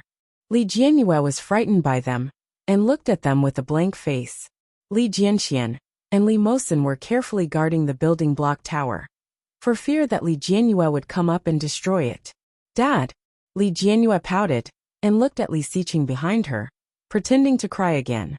Li Xiqing held Li Jianyue in his arms and sat on the small bed at the side. He asked, "Did you two do this?" And Li Mosin looked at Li Xiqing with stars in his eyes and said, "It was all done by Desu and me. Isn't it amazing?" Li Jianxian was also looking forward to it. With a blush on his face, he looked at Li Xiqing, waiting for his comment. "Not bad, but the next time you play, remember to teach your sister how to play. At this time, you should all be asleep. All of you go to bed." When Li Mosin and Li Jianxian heard that, they immediately climbed onto the bed and covered their heads with the blankets. When Li Jianyue saw this, Her big eyes stared straight at the toy tower. She wanted to go forward and touch it. Li Jianxian noticed his sister's gaze and warned, "Don't move or you'll fall." "Humph. Cheapskate." Li Jianyue got down from Li Xiqing's body and climbed onto her little bed. Looking at the building blocks, her eyes lit up. Li Xiqing chuckled and said with a straight face, "Remember to take your sister to play next time. You can't play by yourself. Do you hear me?" "Oh." Li Jianxian responded and covered his head with the quilt. Li Xiqing stood up, closed the door and went out. But before the door was closed, he heard a crashing sound coming from inside. Hearing this sound, Li Xiqing immediately felt more helpless.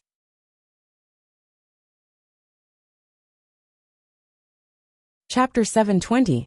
Sure enough, there was a loud cry from inside. Li Xiqing opened the door again, walked in, and turned on the light. At a glance, he saw the two boys, Li Mosin and Li Jianxian, who were about to cry, looking at the small tower in front of them that had collapsed more than half. The small tower, which was originally as tall as them, had already collapsed by more than half, leaving only the bottom layer still standing firmly. "Ah, Li Ersu, you compensate me!" Li Jianxian shouted and almost cried. His eyes were red with anger, and he roared, "You get it back for me! I worked with Mosin all night to finish it." Li Mosin was also a little unhappy, but his mood was obviously calmer. After all, he was just an assistant, and the main force was all Li Jianxian. And the culprit Li Jianyue was holding the small quilt with an innocent face. She was stunned by Li Jianxian's roar. When she noticed that her father had come in, she turned her little head to look at Li Xiqing, and she was a little scared. Her little face was a little wronged, and she weakly said, "Dad, you did it?" Li Xiqing's forehead was twisted. Seeing the mess on the ground, he felt a little sorry. The little guy spent a night to finish it, and it must have taken a lot of effort. It was normal for him to be angry when it was knocked down. Li Jianyue bowed her head weakly and whispered, "I just wanted to touch it, but my brother didn't let me play." As she said that, her little face became more and more wrinkled and red, and she cried out of guilt and grievance. Her big eyes narrowed together, and tears rolled down all at once. "Whoa, I didn't mean it." Looking at Li Jianxian, he found that the little guy's anger seemed to have subsided a little, but he still looked very unhappy. Li Xiqing had a headache. He held Ersu over, gently wiped her tears and whispered, "Want to play with your brothers?" Ersu sniffed, and her crying stopped a little. She nodded and said, "Yes." "Go apologize to your brother." Li Jianyue heard that, climbed down from Li Xiqing, walked to Li Jianxian's side, and said in a choked voice, "Brother, I'm sorry." Li Jianxian's anger had subsided a lot. When he heard what she said, his face was still stiff. He looked at her and said with some disgust, "Don't cry. You're so ugly." When Li Jianyue heard that, she pouted and pretended to cry again. Li Jianxian's little face became even more disgusted, and he shouted, "If you cry again, I won't play with you anymore." These words scared Li Jianyue so much that she quickly stopped crying. She didn't dare to cry anymore. Li Jianxian was more sensible and smart than many children of his age. He was so thoughtful at such a young age. It seemed that it was good to be raised by his grandfather. Li Mosin and Li Jianxian spent more time with their grandfather, while Li Jianyue often played with Qin Shuhua. The little girl was like a little princess. Although she was smart and sensible, compared to the two boys, she was more delicate. The little guy wanted to play with his brothers. Maybe it would be better. Li Xiqing thought for a moment, clapped his hands at them, and said, "Tomorrow, Dad will make a beautiful one for you. Now, pick up the blocks on the ground first, and we will continue to build them tomorrow."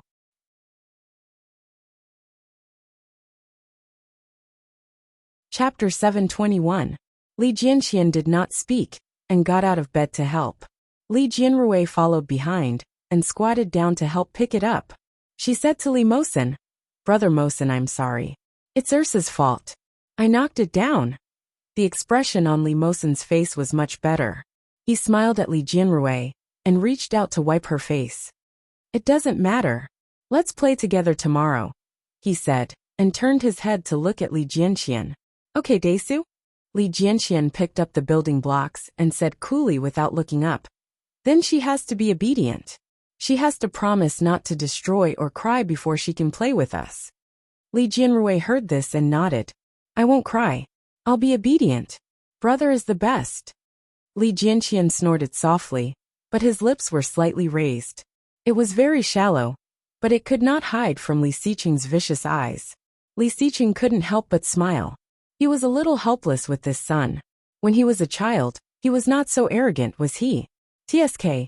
He must have inherited it from his mother. Watching the children pack up the building blocks, Li Xiqing put the box in the corner of the room, then turned off the light and walked out. Finally, he could go back. Hey, it's really not easy to raise a child. It's even more difficult to want to raise a child and have a world of two. Li Xiqing's feeling, when he was just hit, was completely gone. At this moment, there was only a deep sense of helplessness. Opening the door, the room was dark, and the lights were not turned on. After locking the door, and making sure that the children could not open the door by themselves, he reached out to turn on the light. At the same time, a shadow appeared in front of him. It looked like he was creeping closer, and he seemed to be wearing very little. Li Xiqing took his hand back and looked at her with his lips slightly raised. Su Qianxi walked over quietly. When she was about to touch him, the man in front of her suddenly rushed toward her. Su Qianxi exclaimed and then heard his low voice. What are you playing at? As he said that, his big hand touched her body, which was only wearing a chiffon. Wherever he went, Su Qianxi couldn't help but tremble slightly. She whispered, Can you see clearly at night? I can't see it clearly, but I can see and touch it. Li Xiqing pressed her against the wall and squeezed his thigh between her legs. Holding her, his big hand stroked under her waist. There was only a small piece of fabric between them. Li Xiqing's eyes in the dark night seemed to be refracted by the light, which was particularly eye-catching in the dark night. He chuckled softly, and his voice was soft and gentle as he said slowly, I like it very much. Su Qianxi's face was burning, but it was so dark that she was sure he could not see her expression. Reaching out, she grabbed his large hand and placed it on her chest. She whispered, I heard that men like to play with excitement. Li Xiqing chuckled, leaned against her neck, and gently rubbed it.